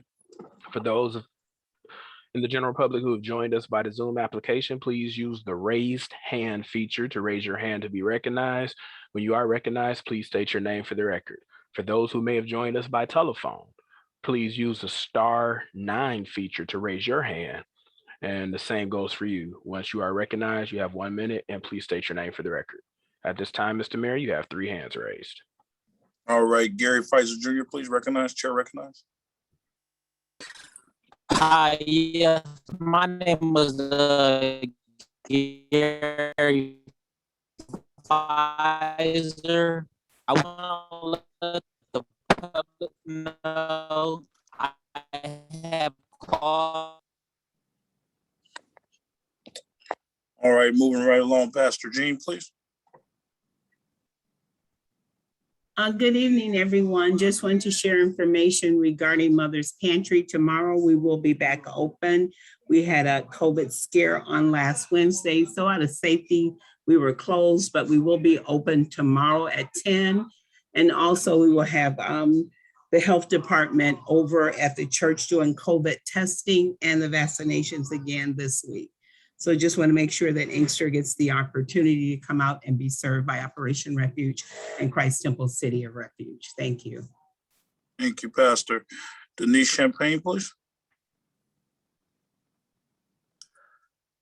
Greetings, Mayor and Council. Just coming to you to invite everyone to the grand opening of the Senior Resource Center that will be held on Friday, September 17th. Ribbon cutting at 1 o'clock. And the open house will be from 1 until 3. Everyone's invited in the community, so please join us to see this beautiful new space. Thank you. And what's the address? At the Recreation Complex, 2025 Middle Belt. All right, thank you. Robin Broadnex? Look like they fell off. Yes, it did. I don't know what happened. Okay, Camelia Buxton. Yes, greeting, Mayor Patrick Wimbley and City Council of Inkster. I might bring you greetings as a former resident of Inkster, Michigan. And for a program that I'm implementing and extending to the city called Wealthy Kids for middle school age kids. and it's going to be via Zoom exclusively. The starting rate is free for all kids to enter the program. So I will send more information as we build, and the completing date is November 19th, 2021. And it extends to all of our middle school age kids. Thank you. And how will we get that information, Ms. Buxton? Okay, we'll get back with her on that. Thank you. I'm unmuted. The direct number, please, for the notes is area code 210-909-1104 or miliosyouth.org. And I will make sure that the proper parties get that. All right, perfect. Thank you. Chair recognize Robin Brodnick. We can unmute. All right. Good evening, council and mayor. I wanted to address the issue with illegal dumping behind my home. And you said that you would contact me or someone will be contacting me about the illegal dumping behind my house. Nobody's called me at all. What's your address, Robin? Okay. I live on Norfolk. Is there any way I can tell you that offline? Oh, yeah, you can. Yeah. Write this number down, Robin. Okay. 313.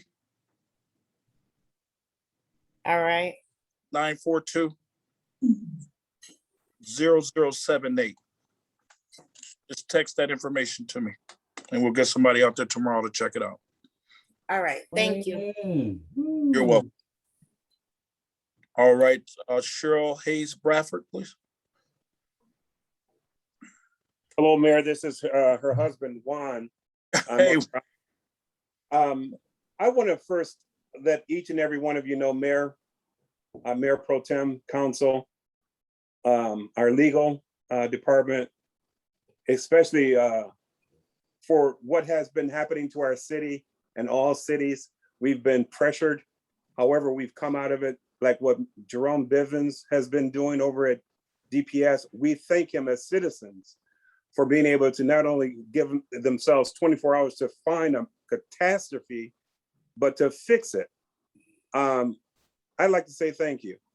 And I'm sure I speak for all of our citizens in Inkster. Thank you for all you guys are doing. You may not hear a whole lot of thank yous, but this time, thank you. We appreciate all the hard work you guys are doing. You're in the front of the crowd, the front of the city, so to speak. Each and every one of you, I'm sending you thank yous for all the hard work that you're doing. I appreciate it. And the citizens of Inkster do appreciate your hard work. Thank you. Thank you, Mr. Bradford. Well, moving right on into City Clerk. City Clerk, you have anything for the body? I do not have anything today. All right. I'm sorry, ma'am. Go ahead. No, I was just saying I yield the floor to the next. All right, City Treasurer. Nothing for the general body, Mayor. All right, Mayor and Council. Let's start. Councilwoman Wiley. You want to start us? Yes, I have several things I'd like to address tonight. The first is several months ago, I asked for a comparison between the in-house and the outsourced building department. And I'd like to know if that will be forthcoming. All right, I knew that just because of COVID, I think that we had responded, the treasurer had responded back then that the comparison wouldn't necessarily make sense, but we will definitely work with the new treasurer to get that to you right away. Okay, just for information, I did not get an email saying that I wouldn't be getting that information. So you may want to check on your trails there. Yes, ma'am. Okay.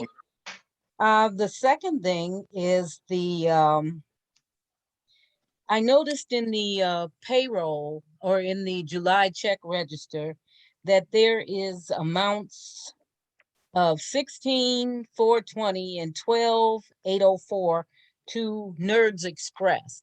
And I thought we had a contract with them that was specific to a yearly fee. So I'm trying to find out what these additional monies are for. Okay. Could I get some help with that? Yes, ma'am. Okay.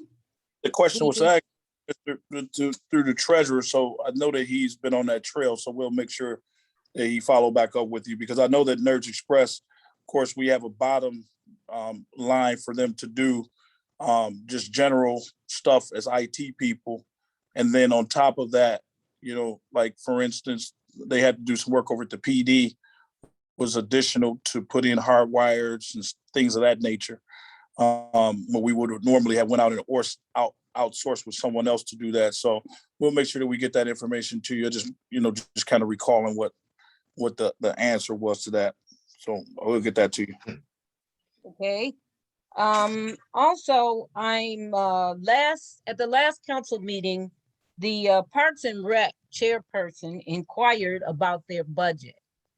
Now, I understand that some equipment was bought for the Parks and Rec department, and I was trying to find out where that money came from and how it was being spent. And you said you would have a meeting with her, and I wanted to know what were the results of that meeting. Yeah, matter of fact, you know, I did tell her to reach out to me and to the treasurer to set up a meeting, and we haven't had it as of yet. So we're definitely going to be following up with her as it relates to that. And just as we're talking about the issue is youth programming, from out of that line item for youth programming for equipment for the football team that's under our umbrella now here in the city of Inkster. We've brought the tennis program under our umbrella, along with the football team under our umbrella through Parks and Rec, along with, of course, our basketball program that we have, and then our golf program that we're going to be putting out. So Mr. Green can elaborate on that a little bit more, but we can give that to you in writing as well. I prefer it in writing. He doesn't have to elaborate, because it was my understanding that this money is millage money. And millage money can't be mixed with general fund money. Yeah, this doesn't have anything to do with the general fund. This is directly out of the Parks and Rec department. The millage, not Yes. you have not the millage, but you have a budget outside of the millage that was voted on in 15. And in 15, you know the actual millage to run the Parks and Rec program at the complex. And I believe that the attorney, someone from this body asked the attorney for an opinion on that. So I believe that is forthcoming. So the money's because I'm looking at the millage right now, and it doesn't indicate, it says programming, but I also asked for an invoice from those gaming companies that were on the list of expenditures for July, and I never got that invoice. Okay. So Can I speak for a second? This is Mr. Green. The invoice itself, I can forward to you. I did send you an email back, and I did get your response back, Councilman Wiley. So, you know, I will send you a formal invoice. But in terms of the programming, that's equipment that we purchased for the next 5 years. So that's programming for the youth. And we want to ensure that our youth have a football program for the next 5 years and not put it in anyone else's hands. So in the past, it was in private organizations' hands, and I guess there were some issues, and we don't want that. We don't want the kids to be at the mercy of other individuals in determining whether they're going to have youth football. So we just went ahead and said, we'll go ahead and invest in, you know, if we need new coaches, we can always get new coaches, but we want to make sure that the kids are able to play football at least for the next 5 years. Okay. Your intentions, I'm sure, are very good. I'm just talking about protocol and policy, which we seem to be short on following. Now, this football team is not an Inkster entity. It was never voted on. It was never incorporated into the Parks and Rec situation. This is something the mayor cobbled together and made one team. And now he's spending taxpayer dollars once again on things that are not, I mean, equipment and programming are two different things. If you Okay, want to oh, the look it equipment, up, well, the program needs equipment. It's a football program and the kids can't play football without equipment, just like the but it's basketball. not a sanctioned City of Inkster program. I can't Yes, Is say my point. you're not the administration, Councilwoman. So as it relates to the Parks and Rec department and things that happen over at the Parks and Rec department, that falls under the administration. Am I correct? I don't think you're correct on a lot of things, but we I'm won't not- go into that now. I'm saying you don't get to spend taxpayer dollars once again on things that haven't been voted on by council. Now you step outside of council all the time. The budget. You blatantly disrespect our authority The and do budget. what the heck you want to do instead of what you're supposed to do. Well, the So budget is for programming. The budget, the line item that we spent this money out of is for youth programming. And everything we so spend out of that, everything we spend out of that line item is going to be for the youth. Whether it's tennis, basketball, baseball, football, it's for the youth. Whether it's music, acting, whatever, it's for the youth. So that's just a little bit of an expenditure. May I suggest to you all that you look up the definition of programming and then look up the definition of equipment and see where they coincide. You can't have a sports program without equipment. But you need to have a budget for that equipment. We do. You use taxpayer dollars that was for programming. So but where I'm not should the gonna budget sit for the here. equipment come I'm from? not going to sit here and belabor the issue because Okay. you all know and I know that what you did was not consistent with what you're supposed to do. And if, So I'm where not should gonna the equipment argue come with from? you. I'm gonna go on with my next item. Okay. Go ahead. And that's this weekend's pink party. When was the event brought before council? That's not, it's a private group of individuals that rented the building. That doesn't have to come before the council. So any event that's in our city doesn't have to come before us?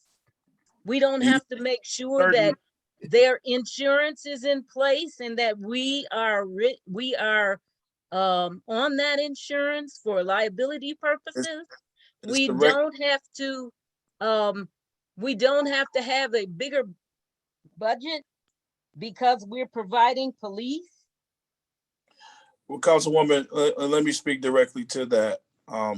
If we're having, if we're renting out the complex for a party, a birthday party, say a bar mitzvah, whatever we're renting the complex out for, do we come before the council for a special events permit? Was it inside the complex? It was outside the complex on the tennis court. That's a part of the complex. Well, my understanding is when we're having something of that nature, that it, I mean, we're not going into these people's homes or anything like that, but they still get an event thing put up. I mean, they still have to fill out an event policy because there's certain things we need to know, but I'll let that go too. Well, we don't want you to let it. That, no, stop. That's okay. I'm hearing what I need to hear, which is nothing. Okay, and the last thing that I have to bring up is a suggestion. Mr. Green seems to be taking on a lot of hats. And just tonight, he was tasked with 2 more responsibilities. And as I understand it, he's also the Parks and Rec Director, interim. Now, considering our budget is so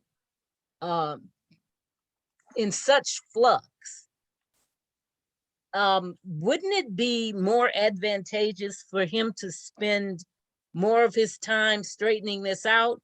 Because as I understand too, the police and fire pension have not gotten their contributions, and they can't seem to get an answer to these things.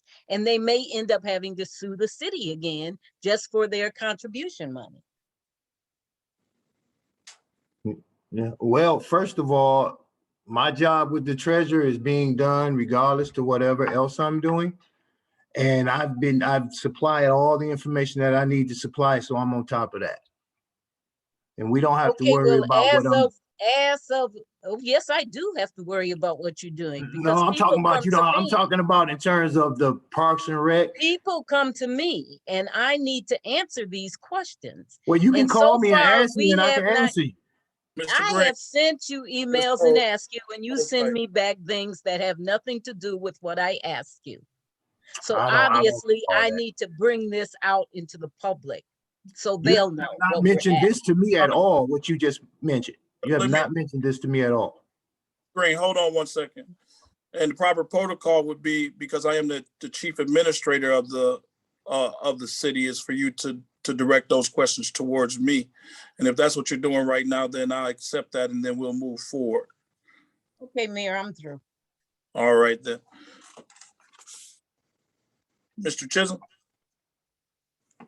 Good evening, Mr. Mayor. My first question is in regards to GFL. In the past, you were speaking of putting out an RFP for new rates and, coming from other vendors. And I know we never got to that point. So I was just wondering, is GFL's contract under review, or what's the status of the RFP process? All right, Mr. Bivens, for the general public, if you could please, because I think that's a good one for the public to hear what we're doing.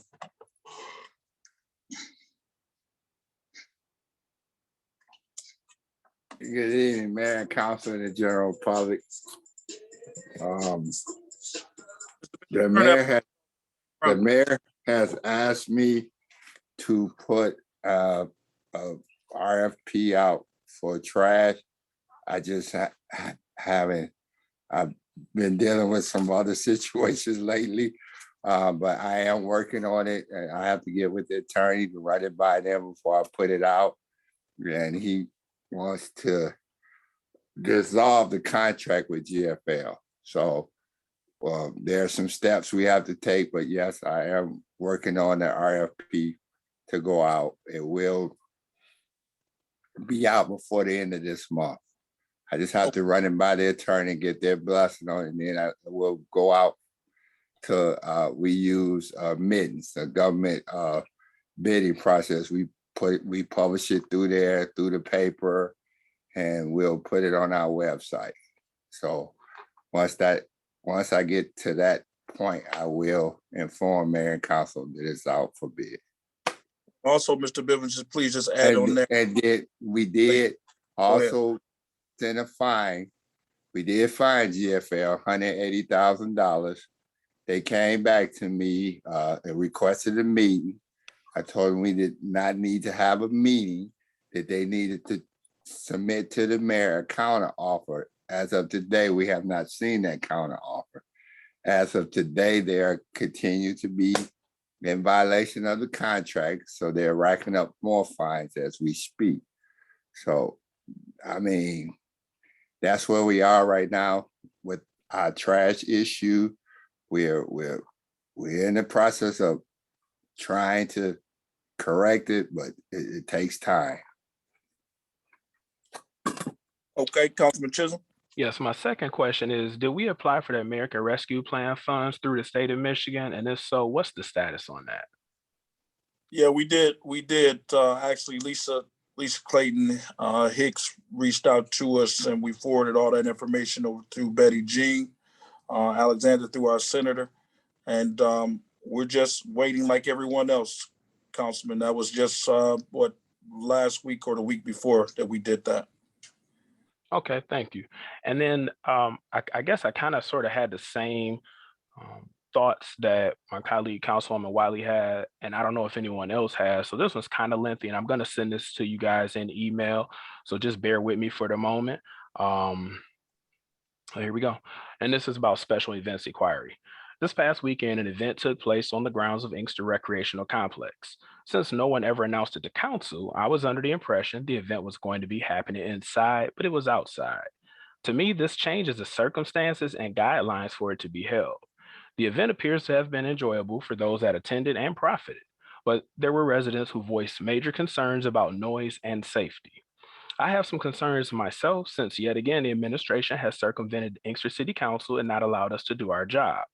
The rest of my colleagues may not express any concerns, but I cannot stand by quietly because this is at least the second time this has occurred. It is blatant disrespect and a continuation of being slapped in the face. Number one, the event took place outdoors on city property, so why was there no special events form presented before Inkster City Council to vote on? The flyer states cash bar. Who applied for the one-day permits from the state of Michigan and who sought a resolution from Inkster City Council approving the sale of beer, wine, and or liquor? Number three, what time did the event officially shut down? I know it was after 2 a.m. And if I had an outdoor party at my residence without getting a permit by 10 p.m., the police would shut me down because of a noise ordinance. Number four, how many tax dollars were spent to have a continued police presence for a non-city event?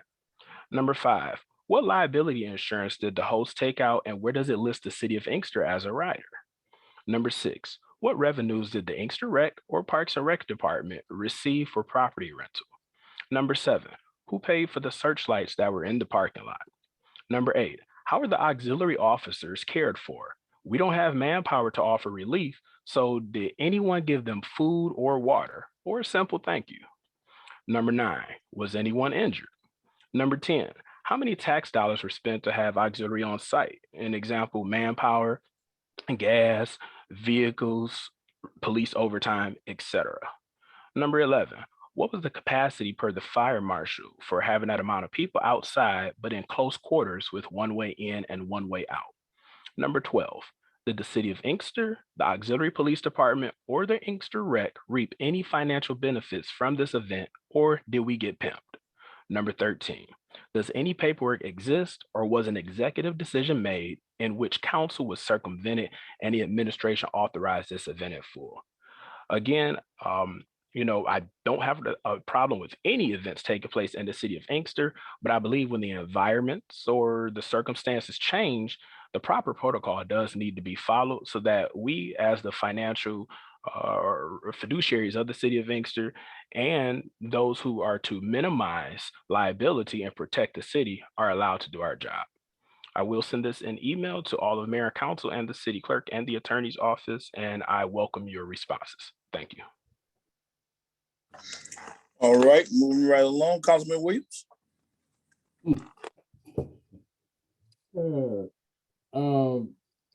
I hope Jerome is listening because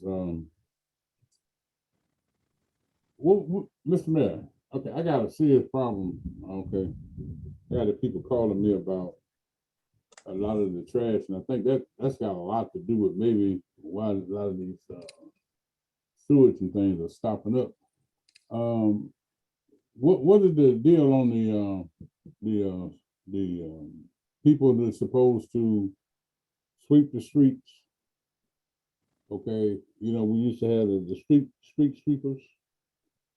What's the deal on them now? They did one pass already. I know they do 4 a year. So, Mr. Bivens, you want to speak to that street sweeping? Yes, sir. To mayor and council and to the viewing audience, the street sweeping schedule was one for summer, one for fall, one for winter, and one for spring. We did the spring in April. We just did the summer in July, and the fall is coming up this month. Oh, okay. Does that answer your question, Councilman Williams? Yes, sir. I just need to know when some of these streets and number one, Mr. Mayor, I think I won't prolong the issue, but somehow we're going to have to deal with all of these people that's cutting grass around the city.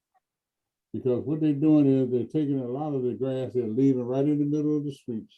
And all that grass is there. And they know they're supposed to blow it back up or whatever they do, but they're not doing it. And I'll tell you, and that's probably got a lot to do with our drains getting flooded also. Yes, sir, you're correct. So, And that is an issue in the city of Inkster. And if you look on our website, it tells you to homeowners that are responsible for the drains in front of their house to make sure they stay clean. I clean the one in front of my house. So that is and, you know, a lot of people in the past, even before this administration, would always say, it's my contractor doing it. But that's not the case. And you see that, Councilman Williams. You see it for yourself now. You see residents and other contractors in the city, they cut the grass and they leave it in the street. But my guys ride up on them, or I ride up on it, we address it. You know, we address it and we sit there, we make them clean it, because that does cause a problem for us. I That won't does program, plug but up our drain. we need to meet on that, because I'm gonna tell you, it's happening a lot.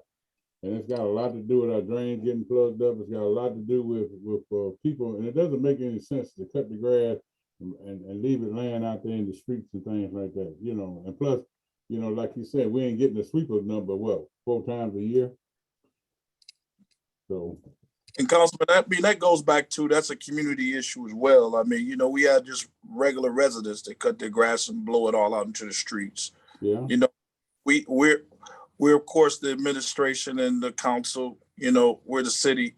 We can't do everything. So we need for the community to pitch in as well. If they see somebody doing it, you need to tell them not to do it.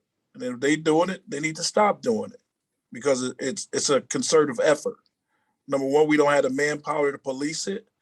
And number two, you know, again, this is all our community, not just us as the leaders of the community. We have to have everybody involved, working hand in hand.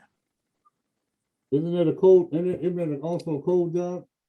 Yeah, so we definitely gonna do our part with code violence. But I think the people are trying, because they're calling and stuff like that. And when people do that, we got to have to bag it up to show them that we put it in force, Mr. Mayor. Yeah, no doubt. But code enforcement is only, you know, 8 in the morning to 5 in the evening, and then some extended hours. And then we have police that work as much as they possibly can. So it's all of us working together. That's all I'm saying, sir. And I always believed in that. But, you know, actions speak louder than words. Yes, sir. I'm through. Okay, Councilman Shaw. Yeah. Yes, sir. I just want to, I got just a few things, Mr. Chair. Do we still have the Administrative Hearings Bureau? I didn't see that on our list. So is that still a function? And if that's so, are we still having that? So I know that our chief building official is actually on the line, and we'll get something in writing for you. You know, talking with code enforcement and himself, you know, that's over code enforcement now, and that with the court being backed up, they're looking at some different alternatives. So we'll definitely circle back around on that question, because I think that they're eliminating that. I don't know for certain, but I know throughout COVID, you know, we've only had so many meetings virtually, bodies that's been active, and that's not been one of the bodies that's been active. So. Yeah, because, you know, I'm looking at, Mr. Chair, that, you know, we have to make sure, you know, that code enforcement has all the tools that at their disposal so that they can be able to use, because it makes no sense to see properties. I mean, I can tell you, I mean, a ton of properties that I have seen and has been there for months and months, and nothing, you know, seems to, you know, transpires with the owners of the property. I don't know if they doing tickets anymore or how. Yeah, they're doing, sir. They're definitely doing tickets now. It's up to the judge. You have to understand that just like we're the legislative body, then you have the executive body, which is me and the administration, and you have the judicial body. So when we write tickets, we can't enforce those unless the judge say that this is what it is. So we need to make sure that we're very clear on that. It's not just the administration and the code enforcement is not doing their job. We're doing our part, and not saying that the judge is not doing her part. It's the backlog, it's all other things that come along with that as well. And then absentee landlords. So we're definitely working on that, you know, to figure out how we can resolve it. And this is what I'm saying about the Administrative Hearings Bureau, because, you know, we had this once before, some years ago. So, you know, it was a good tool. And I think there's something that we can, you know, we can actually, you know, we can use, you see. So to help us in that vein, huh? I said, I remember I was a part of that board. Yes, sir. So, you know, so as we, you know, so we can, you know, streamline or speed some of these, you know, some of these processes. A couple more things that I have for grass cutting. And I will send this to you in email also, 1013 Fairwood and 1088 Arlington Street. And I just wanted to get an update on the business on Michigan Avenue and Middle Belt. There was a gas station that the council had approved. I thought that they was, you know, supposed to be doing some work and really kind of moving forward. Is there any updates on that? Yeah, I know that they're going through the process with planning. We thought that they were pretty much done. You know, now it's they had some things that they needed to do that they have to get back to the table with, because we pretty much got a hold of planning and what's been going on within the city, what's been, you know, lapsed as it relates to gaps, and making sure that we're following back up. So I'll follow up with McKenna tomorrow, and then we go from there. I'll give you an update. Okay, and road patrol on Glenwood, you know, we still have those racers, you know, up in on Glenwood Street, just burning rubber between Eastern and I think that's Magnolia Street there. Okay. And then just the last thing I have, Mr. Chair, you know, I just want to encourage our residents that if you see something, you know, always say something. You know, it not just, you know, criminal activity, whether it's, you know, grass in the street. You know, not too long ago, we just had, you know, a dog had, you know, a deceased dog in the neighborhood, and it was smelling up the neighborhood. But if you see anything like that, even if, you know, pet owners are not feeding their dogs, just, you know, say something, let somebody know.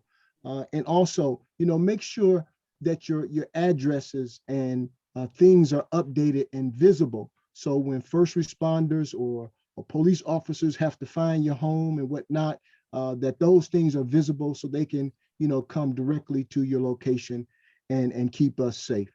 And that's all I have, Mr. Chair. Thank you, sir. Mayor Pro Tem Howard. Yes, thank you. It was understanding when VJ was here that the state of Michigan was paying Plant Moran a grant to help fill in. And I think the contract was over in June. I was just wondering, did Plant Moran go back to their normal duties?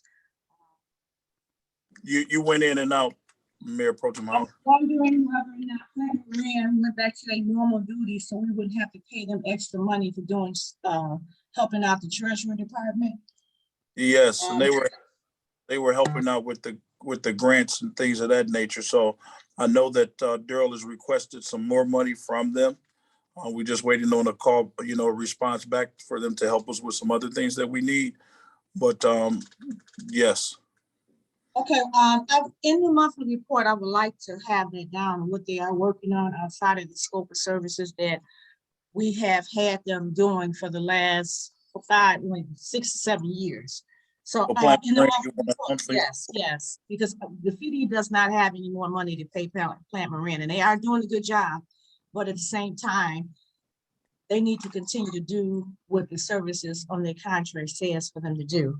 Oh yeah, we just had that conversation with them directly, and they're not going to do any more work unless we pay them. So no, you don't have to worry about that. Okay, I just don't want to get a budget amendment because we had to pay Pat Moran because they have to do some work for us and we didn't know. Okay, as far as the trash pickup, I understand. I see it all the time, but it was in the news, in the newspaper, or in the news, stating that the majority of the trash companies are having the same problem. People are not coming to work due to COVID. Trucks are being broken down. They can't get They can't get parts to fix their truck due to the shortage because people are not working. So I'm just scared that if we go out and try to get do an RFP to require something, that we're gonna have the same thing. I did pull up other communities and they was having the same problems. So I'm not sure where we would get on that if we did decide to move. But you guys do what you need to do. But it wasn't me saying that everybody's having a problem. So I don't know about going outside of that service and go get some more, or go get another company where they actually fix the problem and they're having the same problems that our company is having. Okay, now on the millage, $28,000 that was spent in the millage. First of all, it was a new budget line item in our budget that was never, it was discussed, but it was never discussed that they were going out to buy uniforms. Now, you gotta be careful what we say.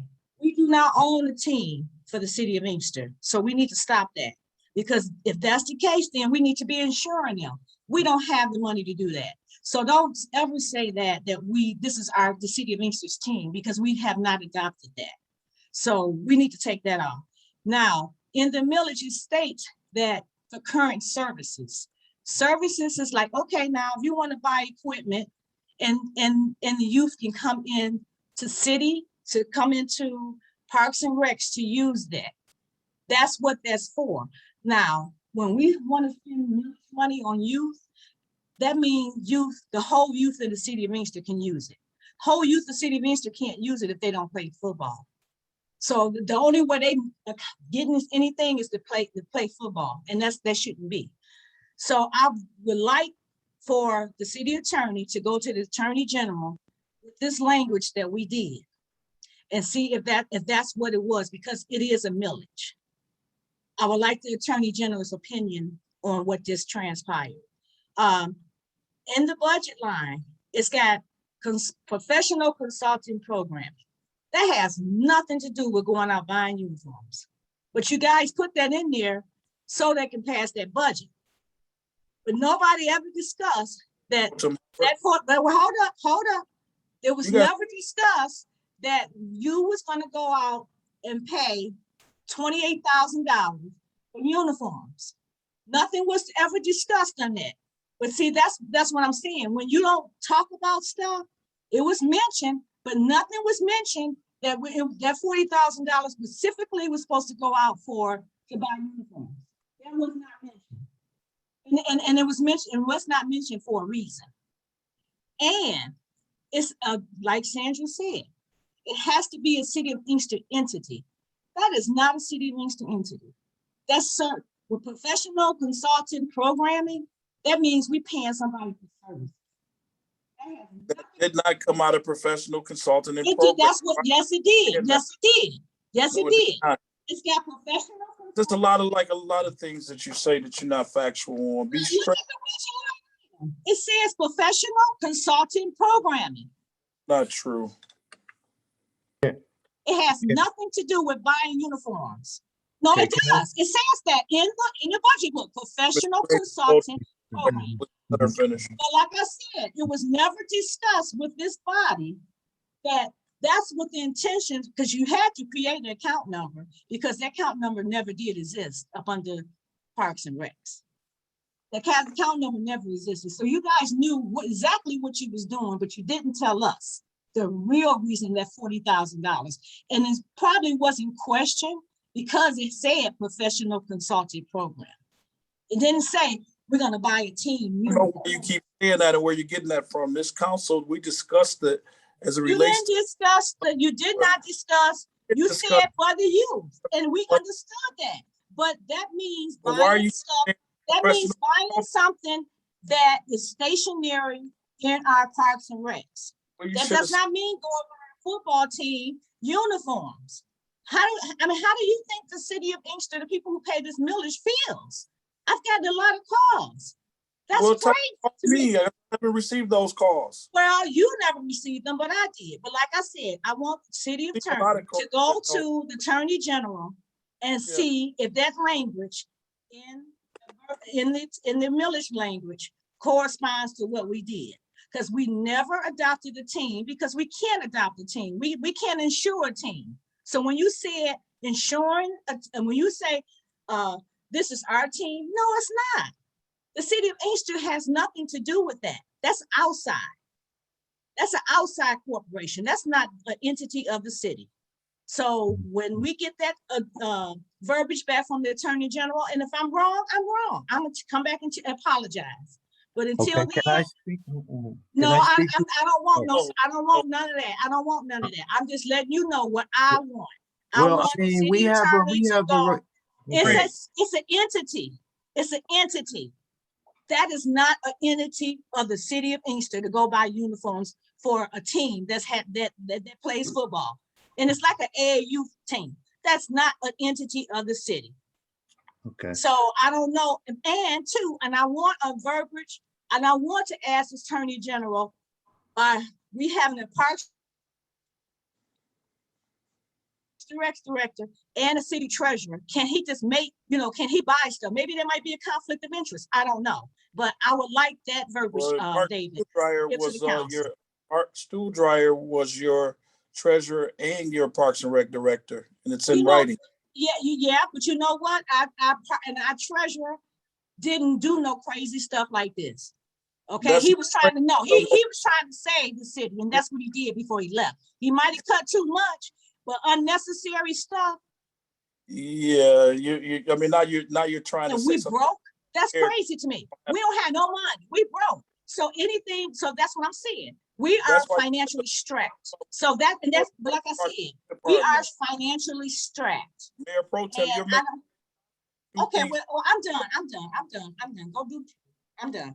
But like I said, I want the opinion of the Attorney General on that verbiage of the millage, verbiage inside the millage, and I want to have her give us an opinion if we did something wrong, because you have to be an entity, and that is not an entity of the city of Inkster. Now, if you want to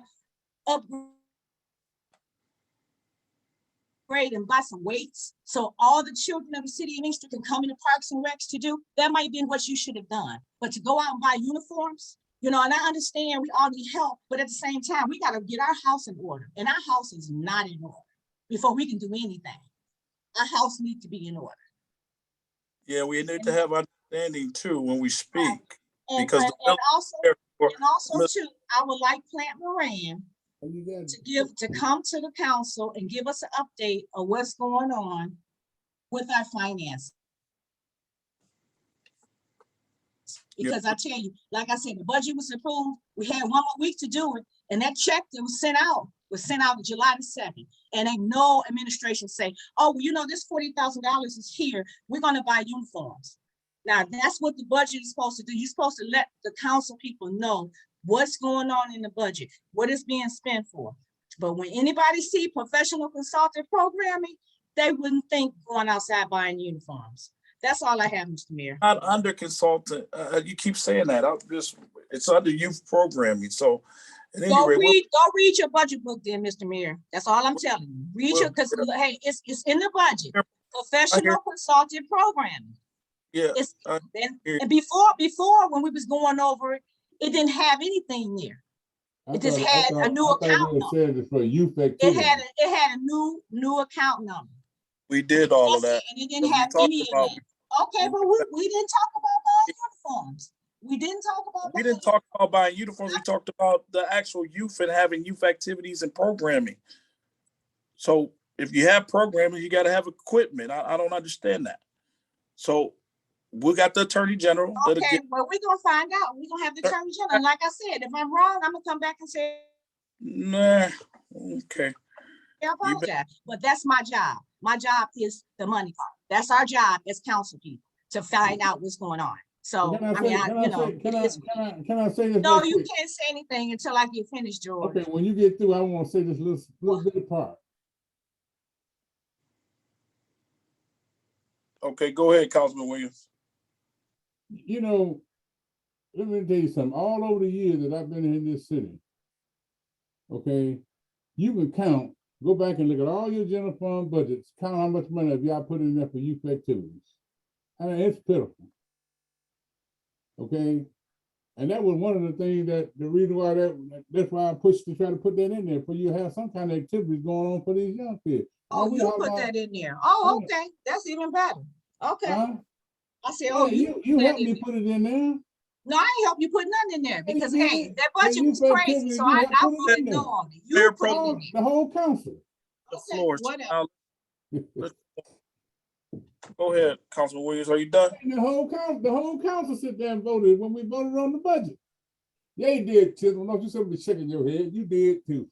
Watch, I'll go back and pull up the video footage for you because I voted no on the budget amendment and the budget. It was a split. The mayor had to break the tie. Don't sit here and try to credit me on vote for something that I didn't agree with. Pull it up and show it. Show it. I bet your name was I'll pull it up and show it. How much you want to wager? You want to wager some money to go on to the budget over there, Parks and Rec? Order. Let's get back in order. I was letting you guys speak a little bit more, but let's get in order. Okay, let's move on. Dismissal. Motion to dismiss. So move. Support. Moved and properly supported. Roll call. All in favor by saying aye. Aye. All right. Have a good evening.